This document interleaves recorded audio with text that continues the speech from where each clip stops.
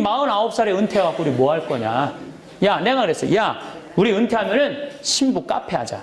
야, 왜 사주 카페는 왜 신부 카페가 없냐. 사람들 마음 답답하면 사주 카페 가서 사주 보잖아요. 그럼 우리 신부 귀신의 애비로 산 지 40년이다. 그럼 웬만한 무당보다 낫다. 70 은퇴한 신부님들 이렇게 보면은 교우들 얼굴 보면 인생이 보여요. 딱 보면 남편이 바람 피고 있구나. 보인다니까요. 남편이 지금 노름하고 있구나. 눈에 보여. 얼굴이라는 게 뭐냐면 얼이 들어왔다 나갔다는 굴이야. 그래서 얼굴이에요. 얼굴. 이 얼굴에 7,000개 인생이 들어있다 그래. 7,000개. 딱 보면 알아. 저 사람이 행복하게 살고 있구나. 불행하고 살구나. 얼굴에 써 있어요. 힘들게 살았구나. 귀하게 살았구나. 다 써 있게 돼 있어요. 그러니까 뭐 우리 은퇴해갖고 그 정도 뭐 할 거야. 밥 세끼 먹고 밥이나 축 내고 너무 아깝잖아. 그래갖고 이제 커피 잘 내릴 줄 아는 우리 시모니 신부 잘생겼거든. 너는 커피 저기 막 바리스타 해 거기서. 그 다음에 베네딕토 신부라고 나보다 한 7살 나이 많으신 얼굴이 못생겼어요. 형은 못생겼으니까 나오지 말고 식당에서 요리하고. 맨날 담배만 피는 우리 마티아 신부 너는 청소하고. 근데 나는 이제 이게 되니까 이제 앉아서. 우리 교우들도 상담하고 싶으면은 신부님 본당 신부 바쁘다고 상담도 못 하잖아요. 그리고 은퇴하면 시간 많은데 교우들 속 시원하게 얘기도 들어주고 상담도 해주고 얼마나 좋아. 여러분들은 무슨 계획이 있으세요?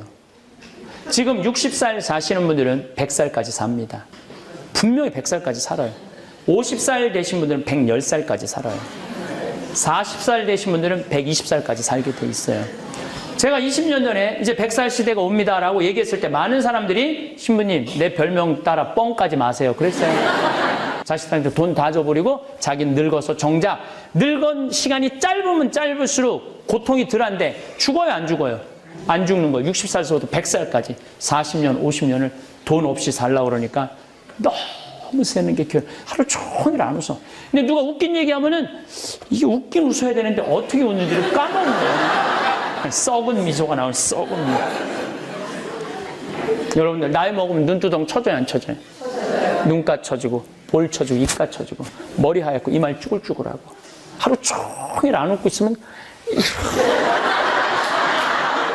소파에 앉아갖고 하루 종일 이러고 텔레비가 무슨 죄를 졌다고 KBS 한번 째려보고 MBC 한번 째려보고 SBS 한번 째려보고 하루 종일 째려보는. 저녁에 며느리가 어머니 식사할 때 방문 땅땅 두드려 문 열었는데 이 시어머니 또 전기세 안 낀다고 깜깜한 방에서 불은 꺼놓고 그냥 파란 텔레비 불빛에 째려보던 눈빛 그대로 며느리 째려보면서 밥 먹으라고 이러면 며느리가 심장이 땅땅 떨어지는 거예요. 우리 생태마을은 작년에 매출액이 45억이었는데 올해 50억이야 50억. 얼마나 뭐 청국장 가루 깻잎 많이 팔리는지 몰라요. 하루에 2천만 원씩 팔려. 하루에 2천만 원씩. 요즘 내가 사장인데 내가 사장이 뭐 할 것 같아? 맨날 먹고 마시고 노는 거야. 황창현 신부님의 행복 특강 지금 바로 시작하겠습니다. 영상이 마음에 드신다면 구독, 좋아요, 알림 설정 부탁드립니다. 80전에 50대, 60대에 알아야 할 전문가의 인생 조언도 함께 들으시면 좋겠습니다. 9시간짜리로 강의를 준비한 거예요. 9시간인데 2시간에 해야 되니까 얼마나 마음이 급하겠어요. 네. 머릿속으로는 이 얘기를 꼭 하고 싶은데 이건 빼야 되겠구나. 이런 얘기가 너무너무 많아요. 그런데 제가 평화방송에 녹화를 할 거예요. 그래서 집에서 못 움직이는 분들, 이런 분들이 방송 많이 보시길 바라는 마음으로 9시간 녹화를 해서 죽음이라는 것에 대해서 굉장히 짧게 얘기했지만은 더 자세한 과정이 있어요.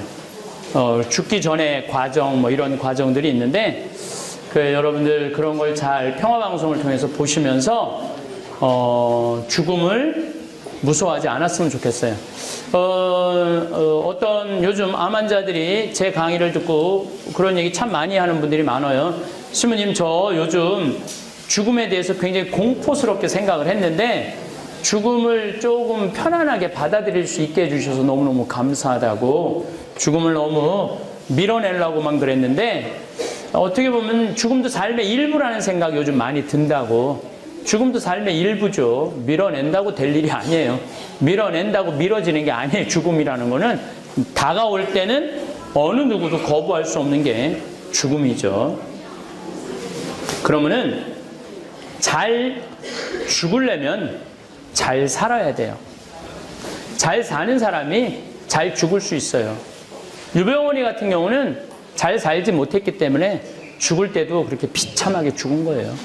그 뭐 죽었는지 살았는지, 저는 유병원이 시신 찾았을 때 남미에 있어갖고 확실한 과정을 내가 추적을 지금 아주 못했는데 죽었는지 살았는지 추적을 해볼 생각을 갖고는 있는데, 어쨌든 그건 참 그 유병원 씨가 그렇게 죽었다면, 방치된 채 시신이 부패될 정도로 죽었다면 그 이유는 잘못 살았기 때문에 그렇게 죽은 거예요. 잘못 살았기 때문에. 잘 살아야 돼. 잘 살려면은 우리가 이 세상을 계획을 잘 세워야 돼요. 여러분들, 100년 전에는 우리가 인생을 계획 세울 필요가 있었을까요? 100년 전에는 인생 계획 세울 필요가 없었어요. 왜? 100년 전 평균 나이가 46세예요. 근데 사실은 제가 늘 46세라고 얘기를 하지만 이거는 임금들이 46세에 살았어요. 모든 임금들 평균 나이가 46세였어요. 그리고 100년 전에는 50살 넘겨서 사는 비율이 20%도 안 됐어요. 50살 넘어서 사는 비율이 20%도 안 됐는데 지금은 50살 넘어 사는 비율이 96%예요. 안 죽어. 이제는 안 죽어. 옛날에는 20살에 결혼하고 시집장가 났다가 40살에 죽을 때 어떻게 했느냐면은, 막내는 누구한테 맡기고 죽었느냐면 장남한테 맡기고 죽었어요. 쟤 좀 잘 키우라고. 그러니까 계획 세울 게 뭐가 있어요, 삶의 계획을. 지금은요 100살까지 안 죽기 때문에 삶의 계획이 있어야 돼요. 저는 신학생 때 세미나를 하는데 앞으로 주 5일제가 된다는 거예요. 주 5일제. 토요일날 일요일날 교우들 성당 안 나온다는 거예요. 30년 전에는 주 5일제가 뭐예요? 일요일날 특근했을 때였는데. 그런데 프랑스를 예를 들더라고요. 프랑스가 신자 비율이 97%인데 주 5일제를 실시하고 미사 참여율이 8%로 떨어졌대요. 90%가 성당 안 나오는 거야. 다 놀러 가느냐고. 토요일날 일요일날. 그럼 여러분들은 신부가 될 때 앞으로 주 5일제가 실시될 텐데, 교우들 경치 좋은데 구경 간다고 성당 안 나오면 그들을 어떻게 하느님 앞으로 이끌어 드릴 것이냐? 답을 내놔라. 전 이런 생각을 했어요. 교우들이 토요일날 일요일날 경치 좋은데 구경 간다고 성당을 안 나와? 그렇다면 나는 나중에 신부가 되면은 성당을 경치 좋은 데다 전화해야 되겠다. 경치 좋은 데다 져놓고 어디로 와라? 클리 와라. 그래서 나는 생태마을을 신학생 때부터 생각을 했었어요. 그래갖고 난 신부가 되자마자 땅 보러 다녔어요. 황당했죠. 감히 내가 주머니에 돈 한 푼도 없는데 막 30억짜리, 50억짜리, 우리 조신부님 계신 용문도 가보고, 가천도 가보고, 무슨 가평, 안 가본 데가 없어요. 그 부동산 업자가, 신부님 돈이 어디서 나서 이렇게 이 땅을 이렇게 큰 데를 보러 다니냐? 나 돈 한 푼 없다. 단 꿈이 있다, 꿈. 그랬더니 교구청에서 강원도 평창에 15,000평이 있으니 가서 한번 해봐라. 그래서 내가 20년 전부터 꾸미기 시작을 했어요. 30살부터 꾸민 거죠. 그리고 10년 동안 본당 신부 하면서 하니까 너무 커졌어. 그래서 10년 전에는 주교님한테 청을 드렸어요. 제가 이제 본당 2개, 신설 본당 2개 성당도 짓고 그랬으니까 저를 평창으로 보내주시면 좋겠다고. 그랬더니 주교님이 허락을 해주셨어요. 그래갖고 내가 평창에 들어와서 사는데, 이제 이 나자로 마을만 못하지만은, 나자로 마을은 진짜 이 보물이에요, 보물. 정말 여기 정말 탐나는데, 내가 여기 와서 이거 갖고 가고 싶어. 그런데 어쨌든 내가 꽃을 심어놓고 나무를 심어놓으니까 요즘은 봄만 되면요, 반천국이에요. 꽃이 피기 시작하면요, 정신이 하나도 없어요. 산수유 피지, 개나리, 진달래, 마로니에, 목련, 벚꽃, 산딸나무, 이팝꽃, 조팝꽃 이런 거 피면은 얼마나 아름다운지 몰라요. 그리고 내가 사는 데가 325m예요. 325m이기 때문에 남산이 278m예요. 남산보다 높은 거 50m 높이 있는 거예요. 그러니까 밤하늘에 내가 이렇게 강의 끝나고 밤 12시 집에 들어가면 은하수가 뭐 매일 펼쳐져 있는 건 말할 것도 없고, 산이 가까우니까, 하늘이 가까우니까 별똥별 떨어질 때 꼬리 타는 소리가 들려요. 떨어질 때 막 따다다다다 이러면서 별똥별이 떨어져요. 이 사람들이 웃는데 정말 그래요. 별똥별이 하루에 2만 개가 떨어져. 2만 개가 떨어지는데 우리가 못 보는 거죠. 여러분들, 이 지구라는 별이요, 너무 신비해요. 지구라는 별이 참 신비해요. 그렇게 훌쩍 내 나이가 50살이 됐어요. 그러니까 내 젊음을 평창에다가 생태마을로 다 불살른 거예요. 그랬더니 4년 전에 주교님이 교구청에 들어오라고 해서 들어갔더니, 황 신부님, 강원도 평창 생태마을 15,000평 꾸민 경험을 가지고 여주의 땅이 15만 8천 평이 있다는 거예요. 그걸 제2 생태마을로 꾸미라는 거예요. 그래서 내가 이제 여주 군청에 들어가고 허가를 받아보니까 19번 신청을 넣었는데 19번 다 허가가 캔슬이 됐어. 퇴짜를 맞은 거야.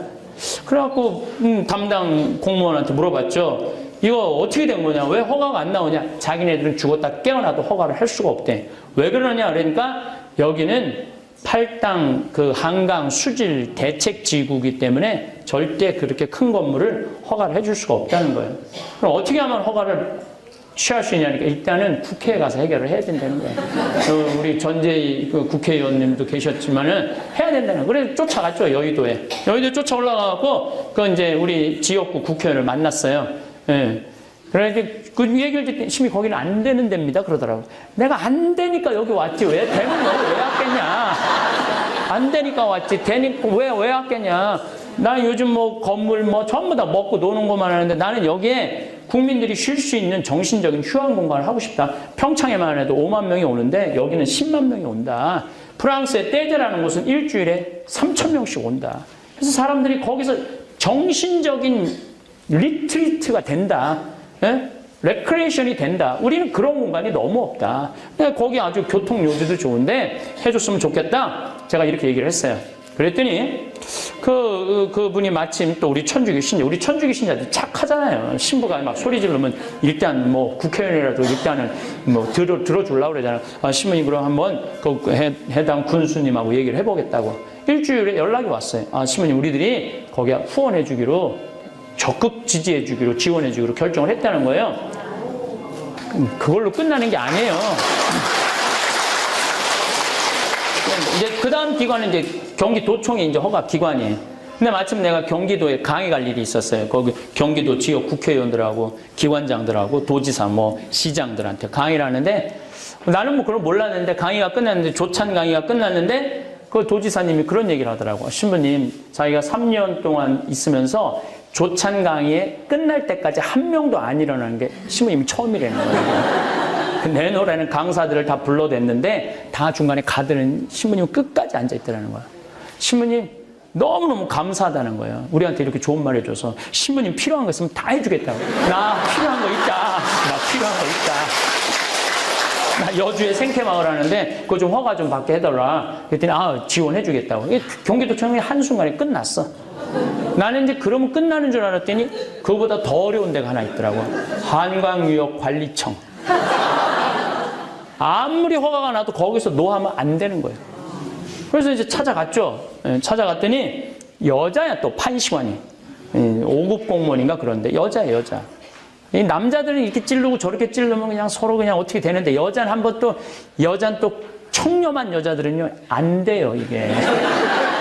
찌를 수가 없어. 그래갖고 신부님 거기는 안 되는 데입니다. 그래서 난 너무 하고 싶다 여기를. 다 설명을 했죠. 근데 이 판시관이 안 되는데 사실은 우리 엄마 아버지가 성당을 안 다니는데 신부님 강의만 본다는 거예요. 그래서 나도 몇 번 봤는데 신부님 생각이 참 좋은 것 같아갖고 내가 안 되는 데지만 긍정적인 의견을 내겠다고. 그래서 그게 제일 어려운 거거든요. 그래서 끝났나 보다 했더니 진짜 어려운 게 하나 남아있더라. 주민들이 결사 반대하는 거예요. 주민들이.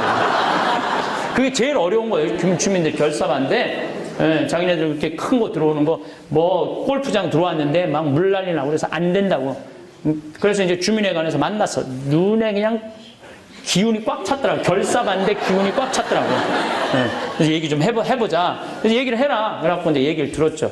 우리가 대화를 할 때는요, 내가 작년에 여기 와서 대화에 대한 얘기를 했는데, 대화를 할 때는 진지하게 들어야 돼요. 정말로 제가 진지하게, 제가 이렇게 강의할 땐 말을 많이 하지만 평상시엔 전 말을 안 해요. 듣지. 그래서 잘 들었어요. 그러고 난 다음에 이제 신부님 얘기해보라고. 뭐 내가 먼저 얘기하면 그건 깨져요. 항상. 사람 참 뭘 몰라. 필요한 게 무엇이냐고. 먼저 얘기를 듣고 난 다음에 그 다음에 얘기를 해야지 이게 타협이 되지. 내가 이렇게 하겠다. 그럼 끝나는 거예요. 다 듣고 난 다음에 이제 내가 얘기를 했지. 내가 또 이게 얼마나 대단해요. 1시간 동안 얘기를 하고 나니까 주민들 눈빛이 설설설설 풀리더라고요. 그러더니 그러면은 한번 해보라고 신부님. 그래갖고 주민들이 서명을 다 해줬어요. 나는 그 텔레비전 보면서 싸우는 게 이해가 안 돼. 말로 하지 왜 싸워? 말로 하면 되는데 왜 싸워? 이해가 안 돼. 그래서 이제 서명을 다 해줬어요. 그래서 지난번에 여주시의 개발 국장님이 와서 시민이 허가 모든 허가 끝났으니까 이제 열심히 한번 해보시라고. 그러니까 나는 이제 15만 8천 평 꾸밀려고 그러면 난 60살 때까지 일이 기다리고 있는 거예요. 이 사람이요, 미래를 꿈꾸는 사람이 행복한 거예요. 미래를 꿈꾸는. 과거에 연연하는 사람은 불행할 수밖에 없어요. 그때 내가 이 인간을 만나지 말았어야 되는데 이런 거 다 불행한 거예요. 그때 삼성전자 3만 원 할 때 삼성전자 주식을 샀어야 되는데 과거에 매달리는 사람은요 불행할 수밖에 없어요. 미래를 꿈꾸는 사람이 행복한 거예요. 난 60살까지 일이 기다리고 있으니 얼마나 행복해요. 근데 작년에 제가 아프리카 잠비아를 갔다 왔어요. 잠비아를 갔는데 무프리나라는 지역을 갔는데 인구가 15,000명인데 에이즈 환자가 1,600명이야. 15, 16살 걸린 애들이 다 에이즈예요. 젊은 애들이 다 에이즈에 걸려 있는 거예요. 그 더 이상은 살지도 못하고 에이즈가 걸려갖고 그냥 병원에 오는데 우리나라 수녀님들이 가서 하는데 얘네들 약도 먹이고 내가 우리 의사 선생님들 모시고 갖고 이도 좀 빼주고 또 그 에이즈 걸린 엄마들이 죽으니까 고아 애들이 많은 거야. 보육시설에 애들이 에이즈가 걸려서 나오는 거예요. 얘네들이 5kg가 넘어야지 약을 먹는데 5kg가 안 되는 애들이 너무 많은 거야. 그 분유를 먹이면 일주일만 먹이면 5kg가 금방 돼요. 3kg짜리가. 신기하게. 그래서 이제 거기 분유도 갖다 주고 또 학교를 못 다니는 애들이 한 700명 돼요. 수녀님들이 얘네들을 모아서 학교를 운영하는데 돈이 없으니까 책값 12명이 책 한 권을 가지고 공부를 하는 거예요. 여러분들 공부가 돼요? 12명이 앉아서 책 한 권? 그러니까 3부제 수업을 하는 거예요. 4명이 앉아서 하나 보려고. 그래서 책 다 사갖고 둘이 하나 볼 수 있도록 해주고. 그렇게 다 해줬는데 이제 이 자카란다는 농장을 갔는데 농장이 80만 평이야. 근데 수녀님이 2만 평밖에 못 꾸미는 거예요. 80만 평, 2만 평밖에. 그래서 수녀님한테 내가 수녀님 이거 80만 평 다 하면은 학교, 병원, 보육시설 운영 잘할 텐데 왜 2만 평밖에 못 꾸미느냐? 그랬더니 수녀님이 핸드는 소리가 시면 우린 포크레인도 없고 트랙터도 없고 경운기도 없어요. 여러분들 맨손으로 농사 지면은요 한 사람이 1,000평 이상 못 져요. 서울 사람들이 괜히 뭐 4,000평 땅 사. 우리 생태학교에 내가 학생들 운영할 때 왜 학교에 입학했냐? 땅이 4,000평인데 농사 지려고 왔대. 그래서 이제 한 달 이제 3월달 씨 내고 거름 주면은 한 달 후에 내가 물어봐요. 얼마 정도 할 수 있느냐고 한 달 해보니까 한 1,000평 정도 할 수 있을 것 같아. 3,000평이 날라가 버려. 한 달 일을 해보고 여름 지나고 6월달에 내가 물어봐요. 얼마 정도 할 수 있느냐니까 한 10평 정도 할 수 있어요. 사람이 농사 짓는 게 굉장히 힘들거든요. 포크레인 트랙터 경운기 없으니까 2만 평밖에 못 하는 거야. 얼마면 되겠냐? 그러니까 2억이면 되겠대. 걱정하지 말아라. 내가 2억 한국에 가서 만들어서 보내주겠다. 내가 또 뻥이 또 엄청 세거든. 내가 신학교 다닐 때 별명이 황뻥이었어. 황뻥.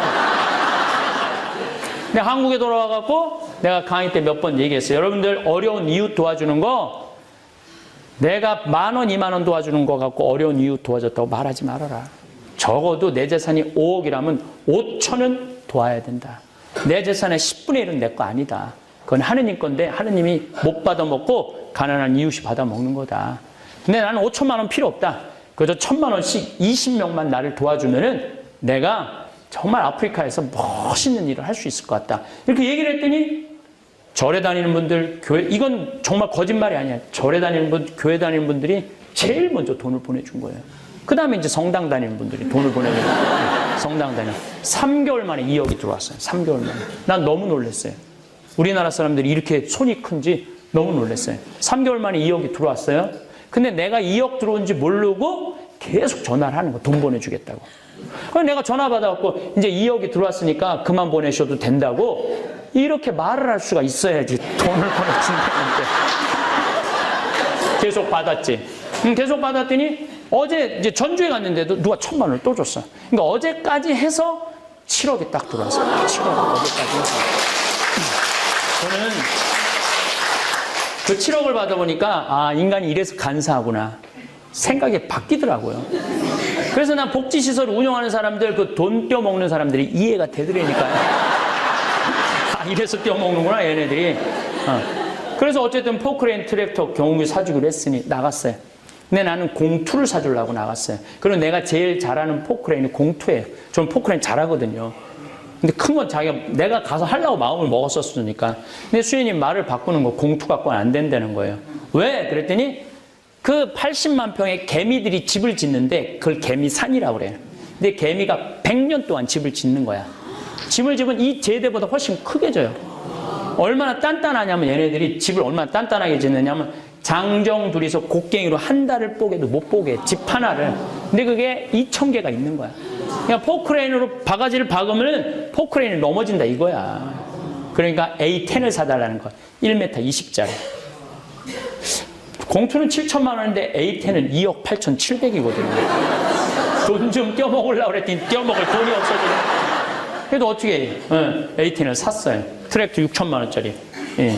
큰 바퀴. 우리 생태마을은 4천만 원짜리인데 아프리카는 6천만 원짜리 샀어요. 그 다음에 이제 경운기 2대 사서 작년 11월 달에 인천에 가서 택배로 붙였어요. 요즘 참 세월 좋아요. 포크레인도 택배로 붙이면 가요. 근데 문제는 택배비가 4,700만 원이야. 택배비가. 다 붙였어요. 근데 여러분들 포크레인하고 트랙터만 가면 걔네들이 일해요? 기술자 따라가야죠. 기술자 둘도 포크레인 붙일 때 택배로 같이 붙였어.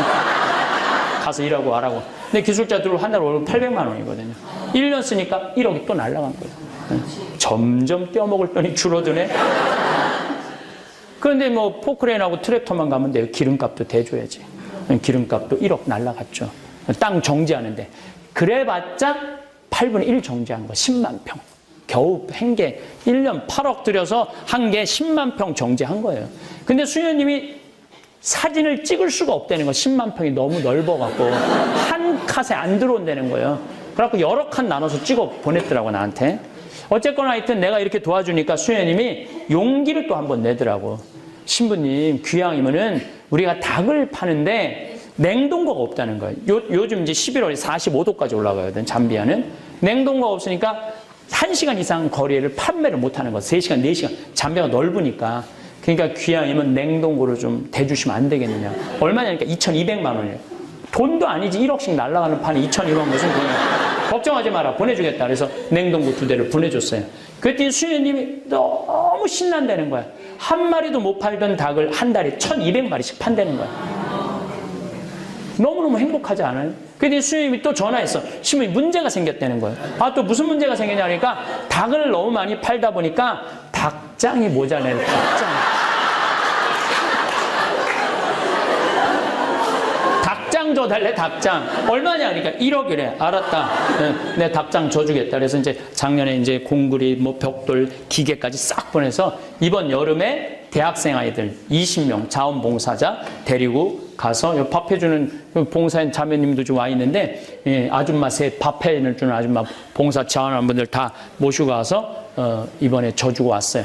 져주고 왔는데 그래도 최종 기술자는 있어야 돼. 대학생만 가지고 못 짓잖아요. 우리 생태마을 집 져주는 이 실험, 난 이 산적같이 생긴 사장한테 내가 당신 한 달 월급 줄 테니까 나하고 가서 집 짓고 오자. 그랬더니 이 친구가 성당도 안 다니는 친구 한다는 소리가 신부님 무슨 말을 그렇게 하느냐고. 나도 아프리카에 굶는 사람 있으면 내 기준 그냥 봉헌하겠다고. 성당도 안 다니는 사람이 봉헌이 뭔지 아는 봉헌하겠다고. 그러니까 마태복음 7장 21절에 나더러 주님 한다고 다 하늘나라 가는 게 아니다. 내 말을 실천하는 사람이라야 하늘나라 간다는. 근데 그 김 사장 말이 보고 내가 그런 생각이 들어요. 이면을 져주고 왔어요. 그랬더니 수녀님이 신부님 도대체 우리한테 왜 이러느냐고. 나 그 수녀님들 본 적이 없거든요. 근데 작년에 가서 봐서 내가 너무 놀랐어요. 왜? 수녀님 10명이 16년 동안 아프리카에서 그들을 위해서 일을 하고 있었던 거예요. 16년 동안. 그러니까 이게 수녀님 10명이 일하는 게 아니라 예수님 10명이 일을 하고 있는 거예요. 근데 수녀님 한 분은 38살 먹은 나탈리아라는 수녀는 가자마자 말라리아에 걸려서 죽은 거야. 그러고 또 한국에도 모시고 오지 못하고 아프리카 묻어놨더라고. 내가 묘에 참배를 갔는데 사진이 있는데 참 예쁘게 생겼더라고요. 참 아깝더라고. 38인데. 예. 신부님 도대체 우리한테 왜 이러느냐고. 내가 이 수녀님들을 도와주지 않으면 나중에 정말로 진짜 예수님한테 혼나겠다는 생각이 내가 들더라고요. 신부인 내가. 그래서 수녀님 무슨 말을 이렇게 섭섭하게 하느냐고. 같은 업종에서 일을 하면서 무슨 말을 이렇게 섭섭하게 하느냐고. 수녀님도 하느님이라고 나도 하느님 일하는데 내가 수녀님 도와주는 거 당연하다고. 걱정하지 말라고. 예. 그랬더니 수녀님 또 전화를 한 거야. 신부님 추장이 만나잔다는 거예요. 추장이 왜 만나자니까 그 추장이 땅이 6억 평이 있대. 6억 평. 수녀님 좋은 일 한다고 땅을 500헥타르를 준다는 거. 150만 평. 신부님 어떻게 할까요? 수녀님 그 일단 받아두라고. 그랬더니 그 창설자 수녀님 날 찾아왔어요. 독일 수녀님인데 신부님 귀향 시작을 했으니 마감까지 해달라고. 근데 해주겠다고 그랬어요. 그러니까 그 80만 평 완성하려면 나는 70살까지 일이 기다리는 거예요. 나는 지금 1년에 2번 아프리카를 가요. 잠비아를 가서 지금 농장을 꾸며줘. 이번 11월 달에 이제 처음으로 10만 평에다가 옥수수를 파종을 이제 처음으로 하는 거예요. 농장 꼴이 나오는 거죠. 너무 그 생각만 하면 기분이 좋아요. 오죽하면 꿈을 다 꿨겠어요. 벌써 자랐어, 보리가. 아직 뿌리지도 않았는데 꿈에 벌써 자랐어. 미래를 꿈꾸는 사람 행복해요. 그럼 70살 되면 우리 은퇴해야 돼요. 70살 되면은. 그럼 우리 동창 신부들끼리, 야, 우리 은퇴하면 뭐 할래? 여러분들 70살이면 지금 우리들이 크게 착각하고 있는 게 있어요. 나이 계산을 여러분들 70은 70으로 생각하면 안 돼요. 거기다 0.7년을 곱하면 돼요. 70살이면 77이 49. 49살이에요. 70살들은 49살이에요. 늙은 게 아니에요. 70살은 멀쩡한 거예요. 그러니까 오늘 다 계산 다시 해보세요. 네? 50살들은 7, 5, 35, 35살이야. 35살이에요. 그 우리 49살에 은퇴해갖고 우리 뭐 할 거냐. 야, 내가 그랬어. 야, 우리 은퇴하면은 신부 카페 하자. 야, 왜 사주 카페는 왜 신부 카페가 없냐. 사람들 마음 답답하면 사주 카페 가서 사주 보잖아요. 그럼 우리 신부 귀신의 애비로 산지 40년이다. 그럼 웬만한 무당보다 낫다. 70 은퇴한 신부님들 이렇게 보면은 교우들 얼굴 보면 인생이 보여요. 딱 보면 남편이 바람 피고 있구나. 보인다니까요. 남편이 지금 노름하고 있구나. 눈에 보여. 얼굴이라는 게 뭐냐면 얼이 들어왔다 나갔다 하는 굴이야. 그래서 얼굴이에요. 얼굴. 이 얼굴에 7,000개 인생이 들어있다고 그래. 7,000개. 딱 보면 알아. 저 사람이 행복하게 살고 있구나. 불행하고 살구나. 얼굴에 써있어요. 힘들게 살았구나. 귀하게 살았구나. 다 써있게 돼 있어요. 그러니까 뭐 우리 은퇴해갖고 그 정도 뭐 할 거야. 밥 세끼 먹고 밥이나 축 내고 너무 아깝잖아. 그래갖고 이제 커피 잘 내릴 줄 아는 우리 시모니 신부 잘생겼거든. 너는 커피 막 바리스타 해. 거기서. 그 다음에 베네딕토 신부라고 나보다 한 7살 나이 많은 신부 얼굴이 못생겼어요. 형은 못생겼으니까 나오지 말고 식당에서 요리하고. 맨날 담배만 피는 우리 마티아 신부 너는 청소하고. 근데 나는 이제 이게 되니까 이제 앉아서. 우리 교우들도 상담하고 싶으면은 신부님 본당 신부 바쁘다고 상담도 못 하잖아요. 그리고 은퇴하면 시간 많은데 교우들 속 시원하게 얘기도 들어주고 상담도 해주고 얼마나 좋아. 여러분들은 무슨 계획이 있으세요? 지금 60살 사시는 분들은 100살까지 삽니다. 분명히 100살까지 살아요. 50살 되신 분들은 110살까지 살아요. 40살 되신 분들은 120살까지 살게 돼 있어요. 제가 20년 전에 이제 100살 시대가 옵니다라고 얘기했을 때 많은 사람들이 신부님 내 별명 따라 뻥까지 마세요. 그랬어요. 근데 여러분들 요즘 100세 안보장, 100세 연금보장 나와요 안 나와요? 나오죠? 100세 시대 된 거예요. 그런데 올해 LIG에서 뭐가 나왔느냐면 110세 건강 안심보험이 나왔어요. LIG에서 110세 건강 안심보험이 나왔다니까요. 여러분들 보험회사 사람들이 뭐 보험 파는 사람들 말고 보험회사 설계하는 진짜 그 박사들이 개인이 110세 상품 내놨겠어요? 60년 후에는 암 정복된다고 보는 거예요. 60년 후에는 당뇨 잡을 수 있다고 보는 거예요. 60년 후에 혈압 잡을 수 있다고 보는 거예요. 노화, 방지, 세포 다 찾아낸다고 보는 거예요. 그럼 110세까지 간다는 거예요, 이제는. 지금 20살들 계산이 안 돼. 이 사람들은 계산이 안 돼. 근데 이렇게 오래 살 줄 모르고 있는 돈 없는 돈 자식한테 다 줘버려. 우리나라가 사교육비가 미국보다 3배가 높아요. 사교육비가 미국보다 3배가 높은데 노인들 그 OECD 국가 중에 35개 OECD 국가가 있는데 그중에 노인 최저 가장 가난한 나라가 우리나라예요. 자식들한테 돈 다 줘버리고 자기는 늙어서 정작 늙은 시간이 짧으면 짧을수록 고통이 덜한데 죽어요, 안 죽어요? 안 죽는 거예요. 60살에서부터 100살까지 40년, 50년을 돈 없이 살라고 그러니까 너무 세는 게 겨. 나는 이 연금 문제도요. 지금 이게 보통 심각하면 20년 부모는 연금 나오잖아요. 옛날엔 문제가 없었어. 65세, 뭐 60세에 나와갖고 70에 죽었으니까 연금 한 10년 주면은 오히려 남았어. 근데 20년 붓고 이제는 110살까지 산다고 생각을 해보세요. 20년 붓고 50년 받아먹으면은 어떻게 되는 거예요? 이게 지금 이게 보통 문제가 아니에요. 그냥 문제가 아니고 이게 보통 심각한 문제가 아니에요. 이 설계가 지금 대한민국 사람 머릿속에 없어요. 지금 저 젊은 사람들 자식들한테 쏟아넣는 거 보면 그것도 쓸데없는 학원에다 쏟아넣는 거 보면요. 이게 여러분들 3년 전에 우리나라 100살 이상이 몇 명이냐면 1,800명이었어요. 여자 1,700명, 남자 100명. 3년 전에 100살이 1,800명. 올해 내가 통계청에 들어가갖고 자료를 뽑아보니까 100살 이상이 몇 명이냐면 14,000명이에요. 14,000. 안 죽고 그대로 가는 거예요. 안 죽고 그대로. 90살 이상은 13만 4천 명. 80에서 90살까지 97만 명. 70에서 80살까지 270만 명. 그래서 65세 이상이 몇 명이냐면 649만 명, 650만 명. 초등학교들이 240만 명인데 무슨 얘기냐면 초등학교 애 하나에 할머니 셋이에요. 요즘 길에 나가보면 애들은 안 보여요. 맨 할머니 할아버지만 돌아다니고 맨 할머니 할아버지만. 또 할머니도 어서 유모차는 주워갖고 유모차를 끌고 온 동네를 다 돌아다니고.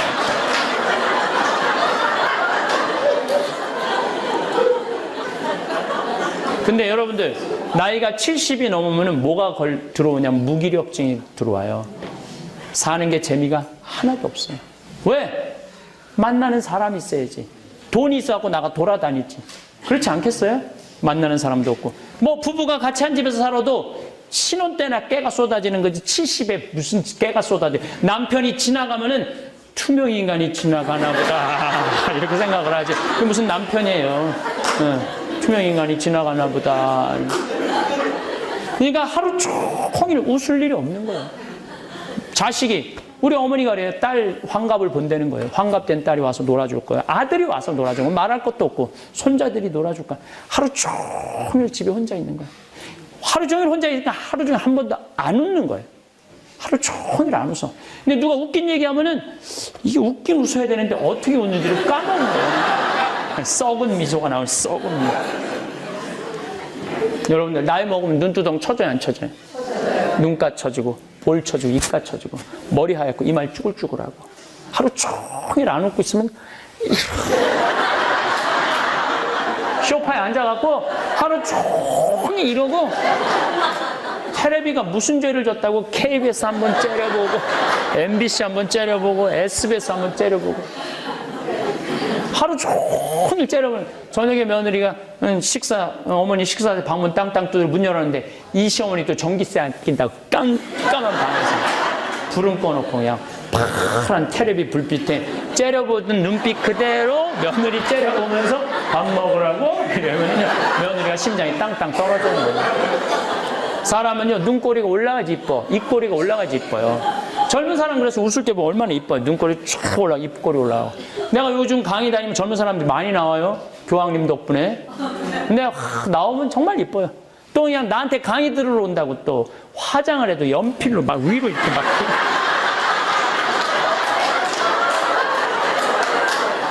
근데 할머니들은 아무리 그려도 이게 떨어져요.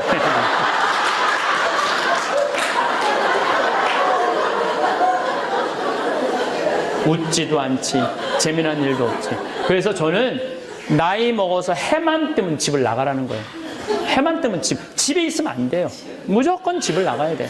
여러분들 이렇게 여기 나이 드신 분들 1박 2일로 여기 오신 거죠? 집 나오니까 좋아요, 안 좋아요? 여러분들보다 더 좋아하는 건 집에 있는 식구들이에요.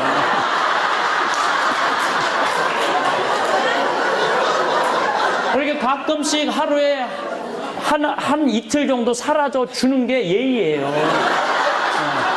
그러니까 집에 있으면 안 된다고. 그러니까 근데 문제는 돈 쓰는 게 아까워갖고 벌벌벌벌 떠는 거야. 돈 쓰는 게 아까워서 벌벌벌 떨면서 집에 가만히 있으면 치매 걸리는 거야. 우리나라 치매 걸린 사람 57만 명, 57만 명. 죽지 않으면서 생기는 문제가 보통 심각한 게 아니에요. 치매 걸리면 자기가 괴로워요? 주위 사람이 괴로워요. 죽고 싶은 건 주위 사람들이에요. 그러니까 집 잡혀서 돌아다니세요. 농담이 아니고 미국 사람들은 30년 동안 처음에 집 사서 집 붙고 30년 늙어서 집 잡혀서 나머지 30년 살다가 죽어요. 그러니까 여러분들도 그렇게 사셔야 돼. 이제는 자식한테 물려주는 시대는 끝났어요. 왜? 여러분들 100살에 죽어갖고 자식한테 물려주면 자식이 80에 받아. 80에 받아서 뭐 할 거예요? 그건 의미가 없는 거예요. 지금 집의 개념도 우리가 그렇게 생각하면 안 되는 거예요. 그래서 집을 잡혀갖고 평창에도 가고 여기 라자로 마을도 오고 맛있는 것도 사 먹고 성주순례도 가고 온양온천도 가고 춘천도 가고 해만 뜨면 집을 돌아다니는 거 무조건. 이렇게 집 잡혀갖고 돌아다닐 때까지 돌아다니는 사람은 죽을 때 어떻게 죽는지 아세요? 지쳐서 죽어요. 지쳐서.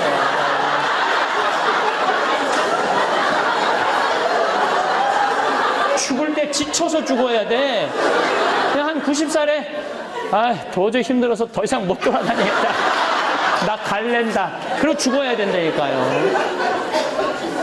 하고 싶은 얘기는 너무 많은데 또 미사 있으시고 우리 지금 성심원이라고 그 용인 수지에 수녀님들이 많은 우리 아이들 키워서 신부들 거의 5명이나 나왔어요. 성심원 그 고아원에서 이제 보육시설이라고 그러죠. 근데 그 수녀님이 딱 100살에 돌아가셨어. 100살에. 어제 돌아가셨어. 어제 그제. 그래서 그 수녀님 100살 우리가 미사 해드렸거든요. 우리 신부들이 모여갖고. 또 그 수녀님이 또 텔레비전에서 꼭 나만 나오는 걸 보신다고 그래갖고 내가 수녀님 100세 백수 그 미사 때 내가 강론을 했어요. 수녀님 꼭 안아드렸는데 그리고 한 2달 있고 이제 돌아가신 거예요. 그러니까 그 수녀님은 끝까지 정신을 놓지 않고 그리고 하시다가 아주 곱게 그때도 그 수녀님도 정말 이뻐. 정말 이쁘게 생겼어요. 근데 100살인데도 아주 예쁘고 곱게 그렇게 그러니까 100살까지 사는 건 문제가 없어요. 살 때까지 어떻게 살다가 건강하게 예쁘게 살다가 죽는 게 중요한 거예요. 그래서 여러분들 사는 날까지 즐겁게 살고 죽는 날 즐겁게 죽었으면 좋겠어. 그리고 이제 나자로 오늘 돕기인데 사실은 이제 여기가 참 내가 보기에는 우리 생태마을은 정말 짱짱한데요. 올해도 매출액이 한 40억 정도 되니까 뭐 웬만한 본당보다 낫죠. 청국장가루를 청가마를 파는데 뭐 말할 것도 없지. 청가마면요 20억 원어치, 20억 원어치. 그러니까 이 청국장이 보통 대단한 게 아니죠. 그 김장 뭐 또 엄청 팔지. 된장, 간장, 고추장, 뭐 피정 많이 오지. 뭐 우리는 너무너무 좋은데 그래서 수녀님이 뭐 가스값이 없대. 내 얘기 들어보니까 참 마음이 아픈데 내가 아프리카 잠비아도 10억씩 1년씩 도와주고 그러는데 가스값이 없다는 얘기를 듣고 그래서 수녀님이 또 뭘 어떻게 해보려고 밤을 갖고 왔대. 밤. 한 가마에 8,000원씩 판대요. 내가 10가마 10가마 아니라 20가마라도 지금 사갈 생각을 갖고 있는데 여러분들도 좀 사가세요. 사가실 거죠? 네. 신부님이 오죽하면 밤을 다 걱정하겠어. 네, 마음이 짠해요. 네, 그래서 또 돕기도 물론 10,000원, 20,000원 돕는 것도 중요하지만은 여러분들 내가 도와줄 때 뭐 여러분들 요즘 먹고 살기 힘들죠? 네, 힘드니까 무리는 하지 말고 좀 땅 있는 분들, 집 한 2채 있는 분들 파세요. 저는 제가 이렇게 요즘 저는 제 CD 판 거를 아예 잠배에 다 묶어버렸어요.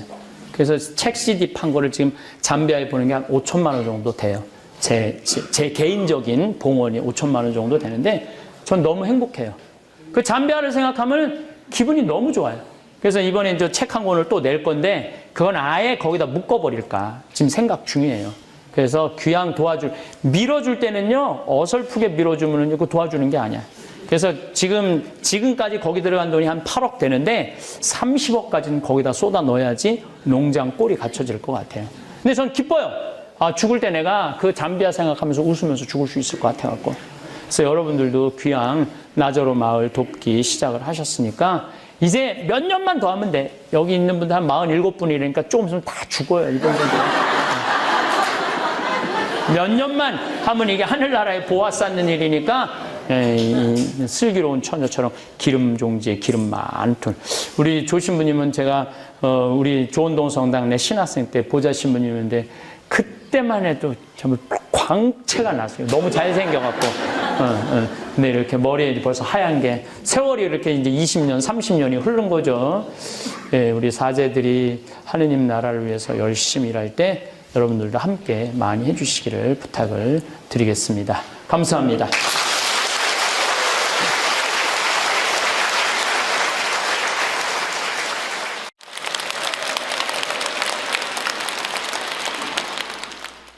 기도 바치도록 하겠습니다.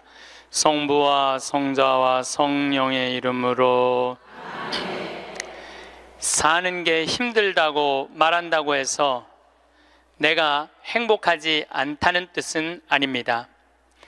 내가 지금 행복하다고 말한다고 해서 나에게 고통이 없다는 뜻은 정말 아닙니다. 마음의 문 활짝 열면 행복은 1000개의 얼굴로, 아니 무한대로 오는 것을 날마다 새롭게 경험합니다. 어디에 숨어있다 고운 날개 달고 살짝 나타날지 모르는 나의 행복과 숨바꼭질하는 설렘의 기쁨으로 사는 것이 오늘도 행복합니다. 영광이 성부와 성자와 성령께. 성부와 성자와 성령의 이름으로. 이건 내 기도가 아니고 이혜인 수녀님의 기도예요. 네, 수녀님이 너무너무 아름다운 글을 써갖고 참 수녀님이 항상 행복 얘기 많이 하시죠. 수녀님도 투병하시면서도 이렇게 멀리서 제가 이렇게 뵈면은 정말 하느님의 행복을 나눠주는 분 같아요. 자, 그렇다면 우리 인간은 잘 죽으려면 잘 살아야 돼요. 잘 사는 사람이 죽을 때 행복하게 죽을 수 있습니다. 이 세상에서 보통 안 먹고 안 마시고 안 놀고 고생한 사람이 70살에 당신 암이라고 그러면은 이분들이 공통적으로 하는 얘기가 있어요. 나는 억울해서 못 죽는다고. 공통적으로 하는 얘기가 그 얘기예요. 평생 고생만 하고 살았는데 나는 억울해서 못 죽는다고. 나는 호강해야 된다고. 이때부터 산삼을 캐와라, 좋은 의사를 대라, 다 소용없는 짓이에요. 그러니까 암 걸리기 전에, 당신 죽는다는 얘기하기 전에 이 삶을 만끽하고 삶의 기쁨 속에서 사실 필요가 있다는 겁니다. 그럼 우리나라 1살서부터 30살 행복하냐? 30살서부터 60살 행복하냐? 60살서부터 120살 행복하냐 이거예요. 제 얘기는 제가 왜 120살이라고 말씀드리느냐 하면 20년 전에 제가 강의할 때 앞으로 100세 시대 올 겁니다 라고 말씀드렸을 때 많은 할머니들이 이렇게 말했어요. 신부님, 끔찍한 소리 하지 마세요. 무슨 100살을 살아요? 그런데 요즘 텔레비전에 100세 안보장, 100세 연금보장 나와요, 안 나와요? 나오죠? 이런 거 나올 줄 꿈에도 몰랐을 거예요. 그럼 앞으로 20년 후에 텔레비전에서 100세 안보장, 100세 연금보장 나올까요? 20년 후에는 120세 안보장, 120세 연금보장 나오게 돼 있어요. 그렇다면 지금 60 되신 분들은 앞으로 몇 년을 더 살아야 되느냐면은 60년을 더 살아야 돼요. 60년을. 아까 첫 시간에 제가 이런 말씀 드렸어요. 남편하고 자식들을 위해서 전부 바치지 말라고. 얼마만 바치라고? 반만 바치라고. 반은 누구를 위해서 남겨놔야 돼? 나를 위해서 남겨놔야 돼요. 내가 행복해야지 남편도 행복하고 자식도 행복한 거예요. 내가 불행한데 어떻게 남편하고 자식이 행복할 수 있습니까? 우리 부모님이 80 넘어 돌아가셨다. 한번 손 들어보세요. 80 넘어 돌아가셨다. 우리 부모, 이렇게 많아요. 부모님이 90 넘어 돌아가셨다. 손 들어보세요. 손 내리시고, 우리 부모님이 아직 90이 넘었는데 아직도 살아계시다. 손 들어보세요. 자, 혹시 우리 부모님 아니라 이모, 고모라도 100살이 넘은 사람이 있다. 한번 손 들어보세요. 거긴 몇 살이에요? 104살. 그 뒤에 분은 101살? 네. 보통 제가 이렇게 강의할 때 2분 정도 100살 넘은 부모님 있다고 얘기를 해요. 2분 정도. 무슨 얘기냐면은 지금 한국에 100살 넘은 사람이 몇 명이냐면 2만 명이에요. 2만 명. 100살 넘은 사람이, 아니 옆에 아무나 100살 넘은 사람이 있으니까 2만 명이 넘어요. 그럼 앞으로 20년 후에는 내가 보기엔 20만 명 훨씬 넘어요. 여기 그 대상자들 전부 앉아 있는 거예요. 대상자들 전부 앉아 있는 거예요. 그러면은 1살서부터 30살 행복하냐? 1살서부터 30살은 뭐 해야 되는 나이냐면은 엄마 아빠, 중요한 건 친구들하고 먹고 마시고 놀아야 되는 나이예요. 여러분들, 사람이 되려면 책상 안에서 공부를 해야지 사람이 되는 게 아니에요. 사람이 되려면은 친구들하고 어우러져서 뛰어놀아야지 사람이 돼요. 엄마 아빠랑 그 정을 느끼면서 뜨거운 어머니의 사랑, 아버지의 사랑을 느끼고 살아야지 사람이 되는 거예요. 책상 안에서 공부만 한다고 사람이 되는 게 아니에요. 근데 초등학교 1학년 애가 엄마 아빠 친구들이랑 좀 먹고 마시고 놀라 그랬더니 엄마 아빠가 이렇게 말합니다. 이놈의 새끼야, 네가 지금 먹고 마시고 놀 시간이 어디 있어? 공부해야지. 초등학교 1학년 애가. 제가 한동안 영어학원을 다녔어요. 잠비아 이제 가느냐고. 영어학원 이제 지하에다 주차를 해놓고 1층에 애들이 타요. 애들이 타면 초등학교 애들이 타는 거죠. 영어학원 온다고 타는데 요만한 애가 가방을 2개를 메요. 앞에 하나, 뒤에 하나. 내가 물어봐요. 너 몇 학년이냐? 초등학교 1학년요. 그래요. 이거 가방을 왜 2개냐? 이거 학교 가방, 이거 학원 가방. 딱 그래 애들이. 또 요즘 애들 중에 내가 너무 놀란 애들이 있어. 들어올 때 보면은 가방 안 메고 와요. 여행용 캐리어를 끌고 들어와. 여행용 캐리어를. 네, 캐리어를 끌고 다니는 애도 있어요. 보면은. 그러니까 초등학교 애가 학원을 13개까지 다니는 애를 봤어요. 얘는 엄마 아빠 친구들이랑 먹고 마시고 놀 시간이 없는 애예요. 중학교 올라가면은 자율학습 해야지, 보충학습 해야지, 학원 다녀야지. 엄마 아빠랑 먹고 마시고 놀 시간이 어디 있어? 얘는, 인간은요 언제 행복하냐면은 먹고 마시고 놀 때 행복한 거예요. 이거는 내가 요즘 인문학 교수들 얘기를 들어보면 결론은 그거야.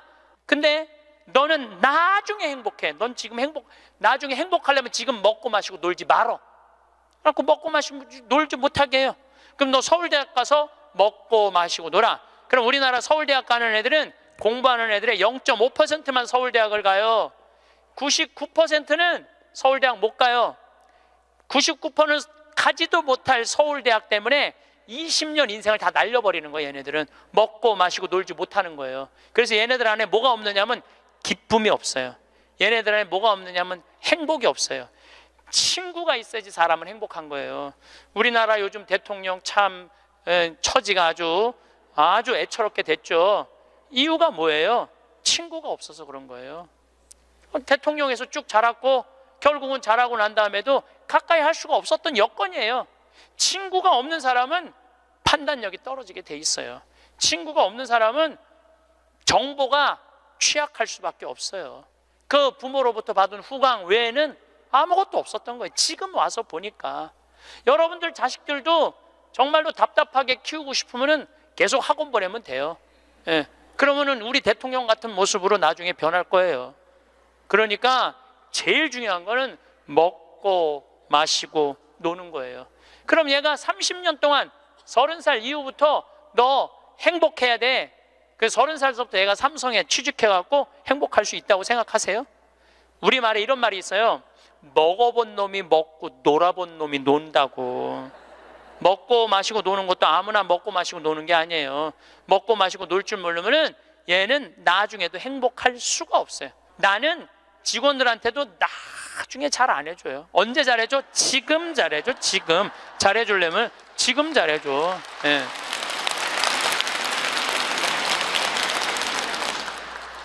나는 가끔 무슨 공항에 20년 동안 청소하는 아줌마들 140만 원 월급 준다는 게 난 이해가 안 되더라고요. 그건 식구로 생각하는 게 아니에요.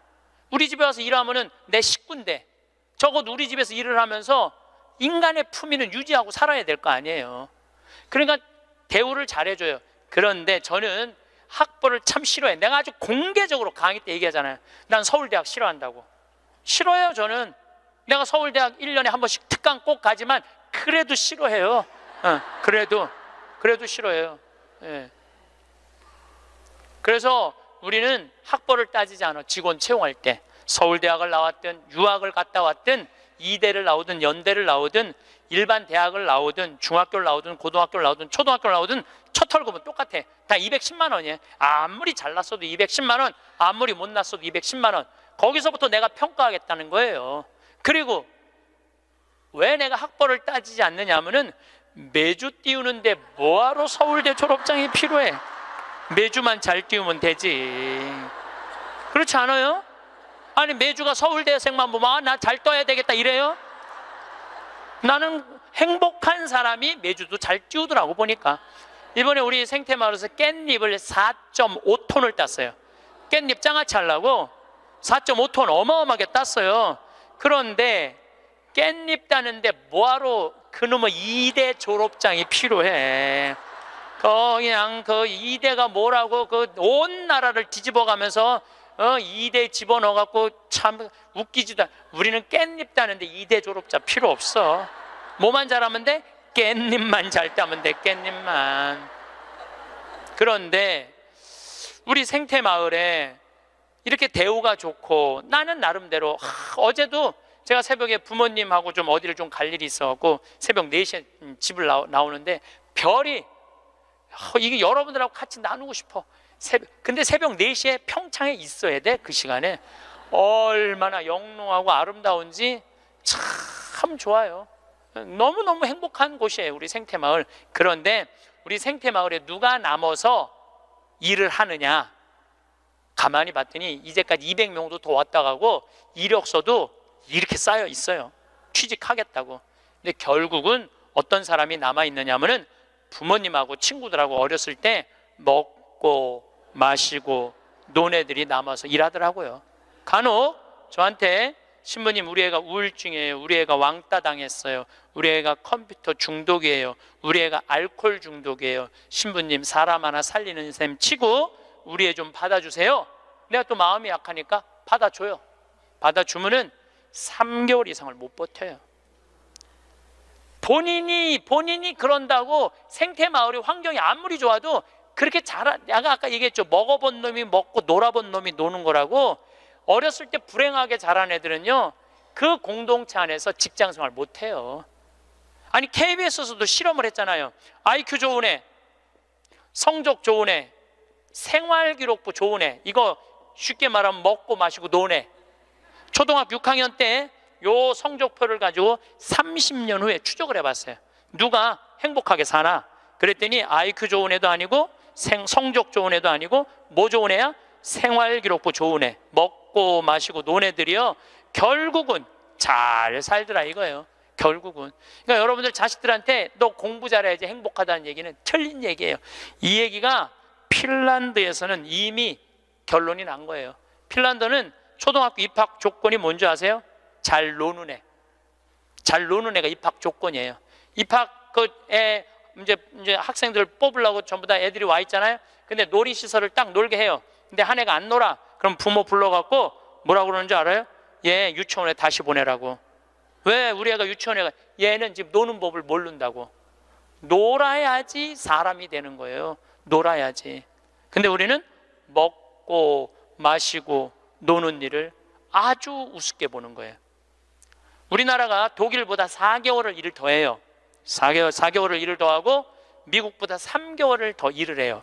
1년에. 그런데 우리가 독일보다 잘 살아요? 미국보다 잘 살아요? 그렇게 뼈 빠지게 일을 하는데도 일한다고 돈 버는 게 아니에요. 제가 아주 재미난 일이 있었어요. 신나는 일이죠. 잠비아에 이제 우리 치과 의사들이 입원해서 1,400명 환자를 봤어요. 안과 의사 2분, 치과 의사 9분이 환자를 1,400명을 봤어요. 일주일에. 어마어마하게 환자를 봤죠. 근데 이제 그 의사 4년째 나 따라다니는 의사가 나 가기 전에는 맨날 신부님 나 비행기에서 떨어져서 죽었으면 좋겠어요. 차가 와서 쳐서 죽었으면 좋겠어. 그랬던 의사예요. 근데 잠비아 봉사활동 가면서부터 사는 게 즐거운 거야. 내 걸 나누니까 자기 존재의 의미가 있는 거예요. 근데 이 의사가 참 돈을 많이 버는 의사예요. 그런데 왜 죽고 싶으냐? 건물은 큰 걸 사놓고 그 빚을 해대느냐고. 화장실 가는 게 아까웠고 물을 안 마셔.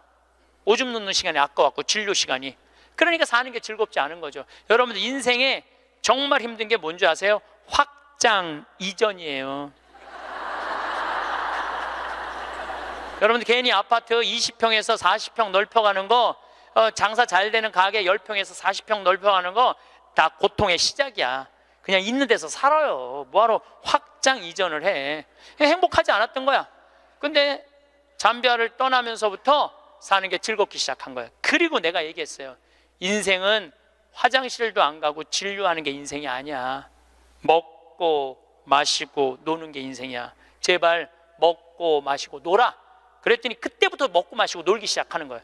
일주일에 이틀 과감하게 놀고 1년에 성지순례 10일 나 따라가고 뭐 성지순례 뭐 다른 데 또 가고 뭐 호주 의사들 같이 여행 다니고 1년에 40일을 놀아요. 40일을 무지하게 노는 거예요. 그러니까 그 조카가 이제 군대 갔다 와서 아르바이트 하면서 그렇게 노니까 이모한테 그렇게 물어보더래요. 이모, 이 치과 월급은 나오는 거야? 이렇게 물어보더래요.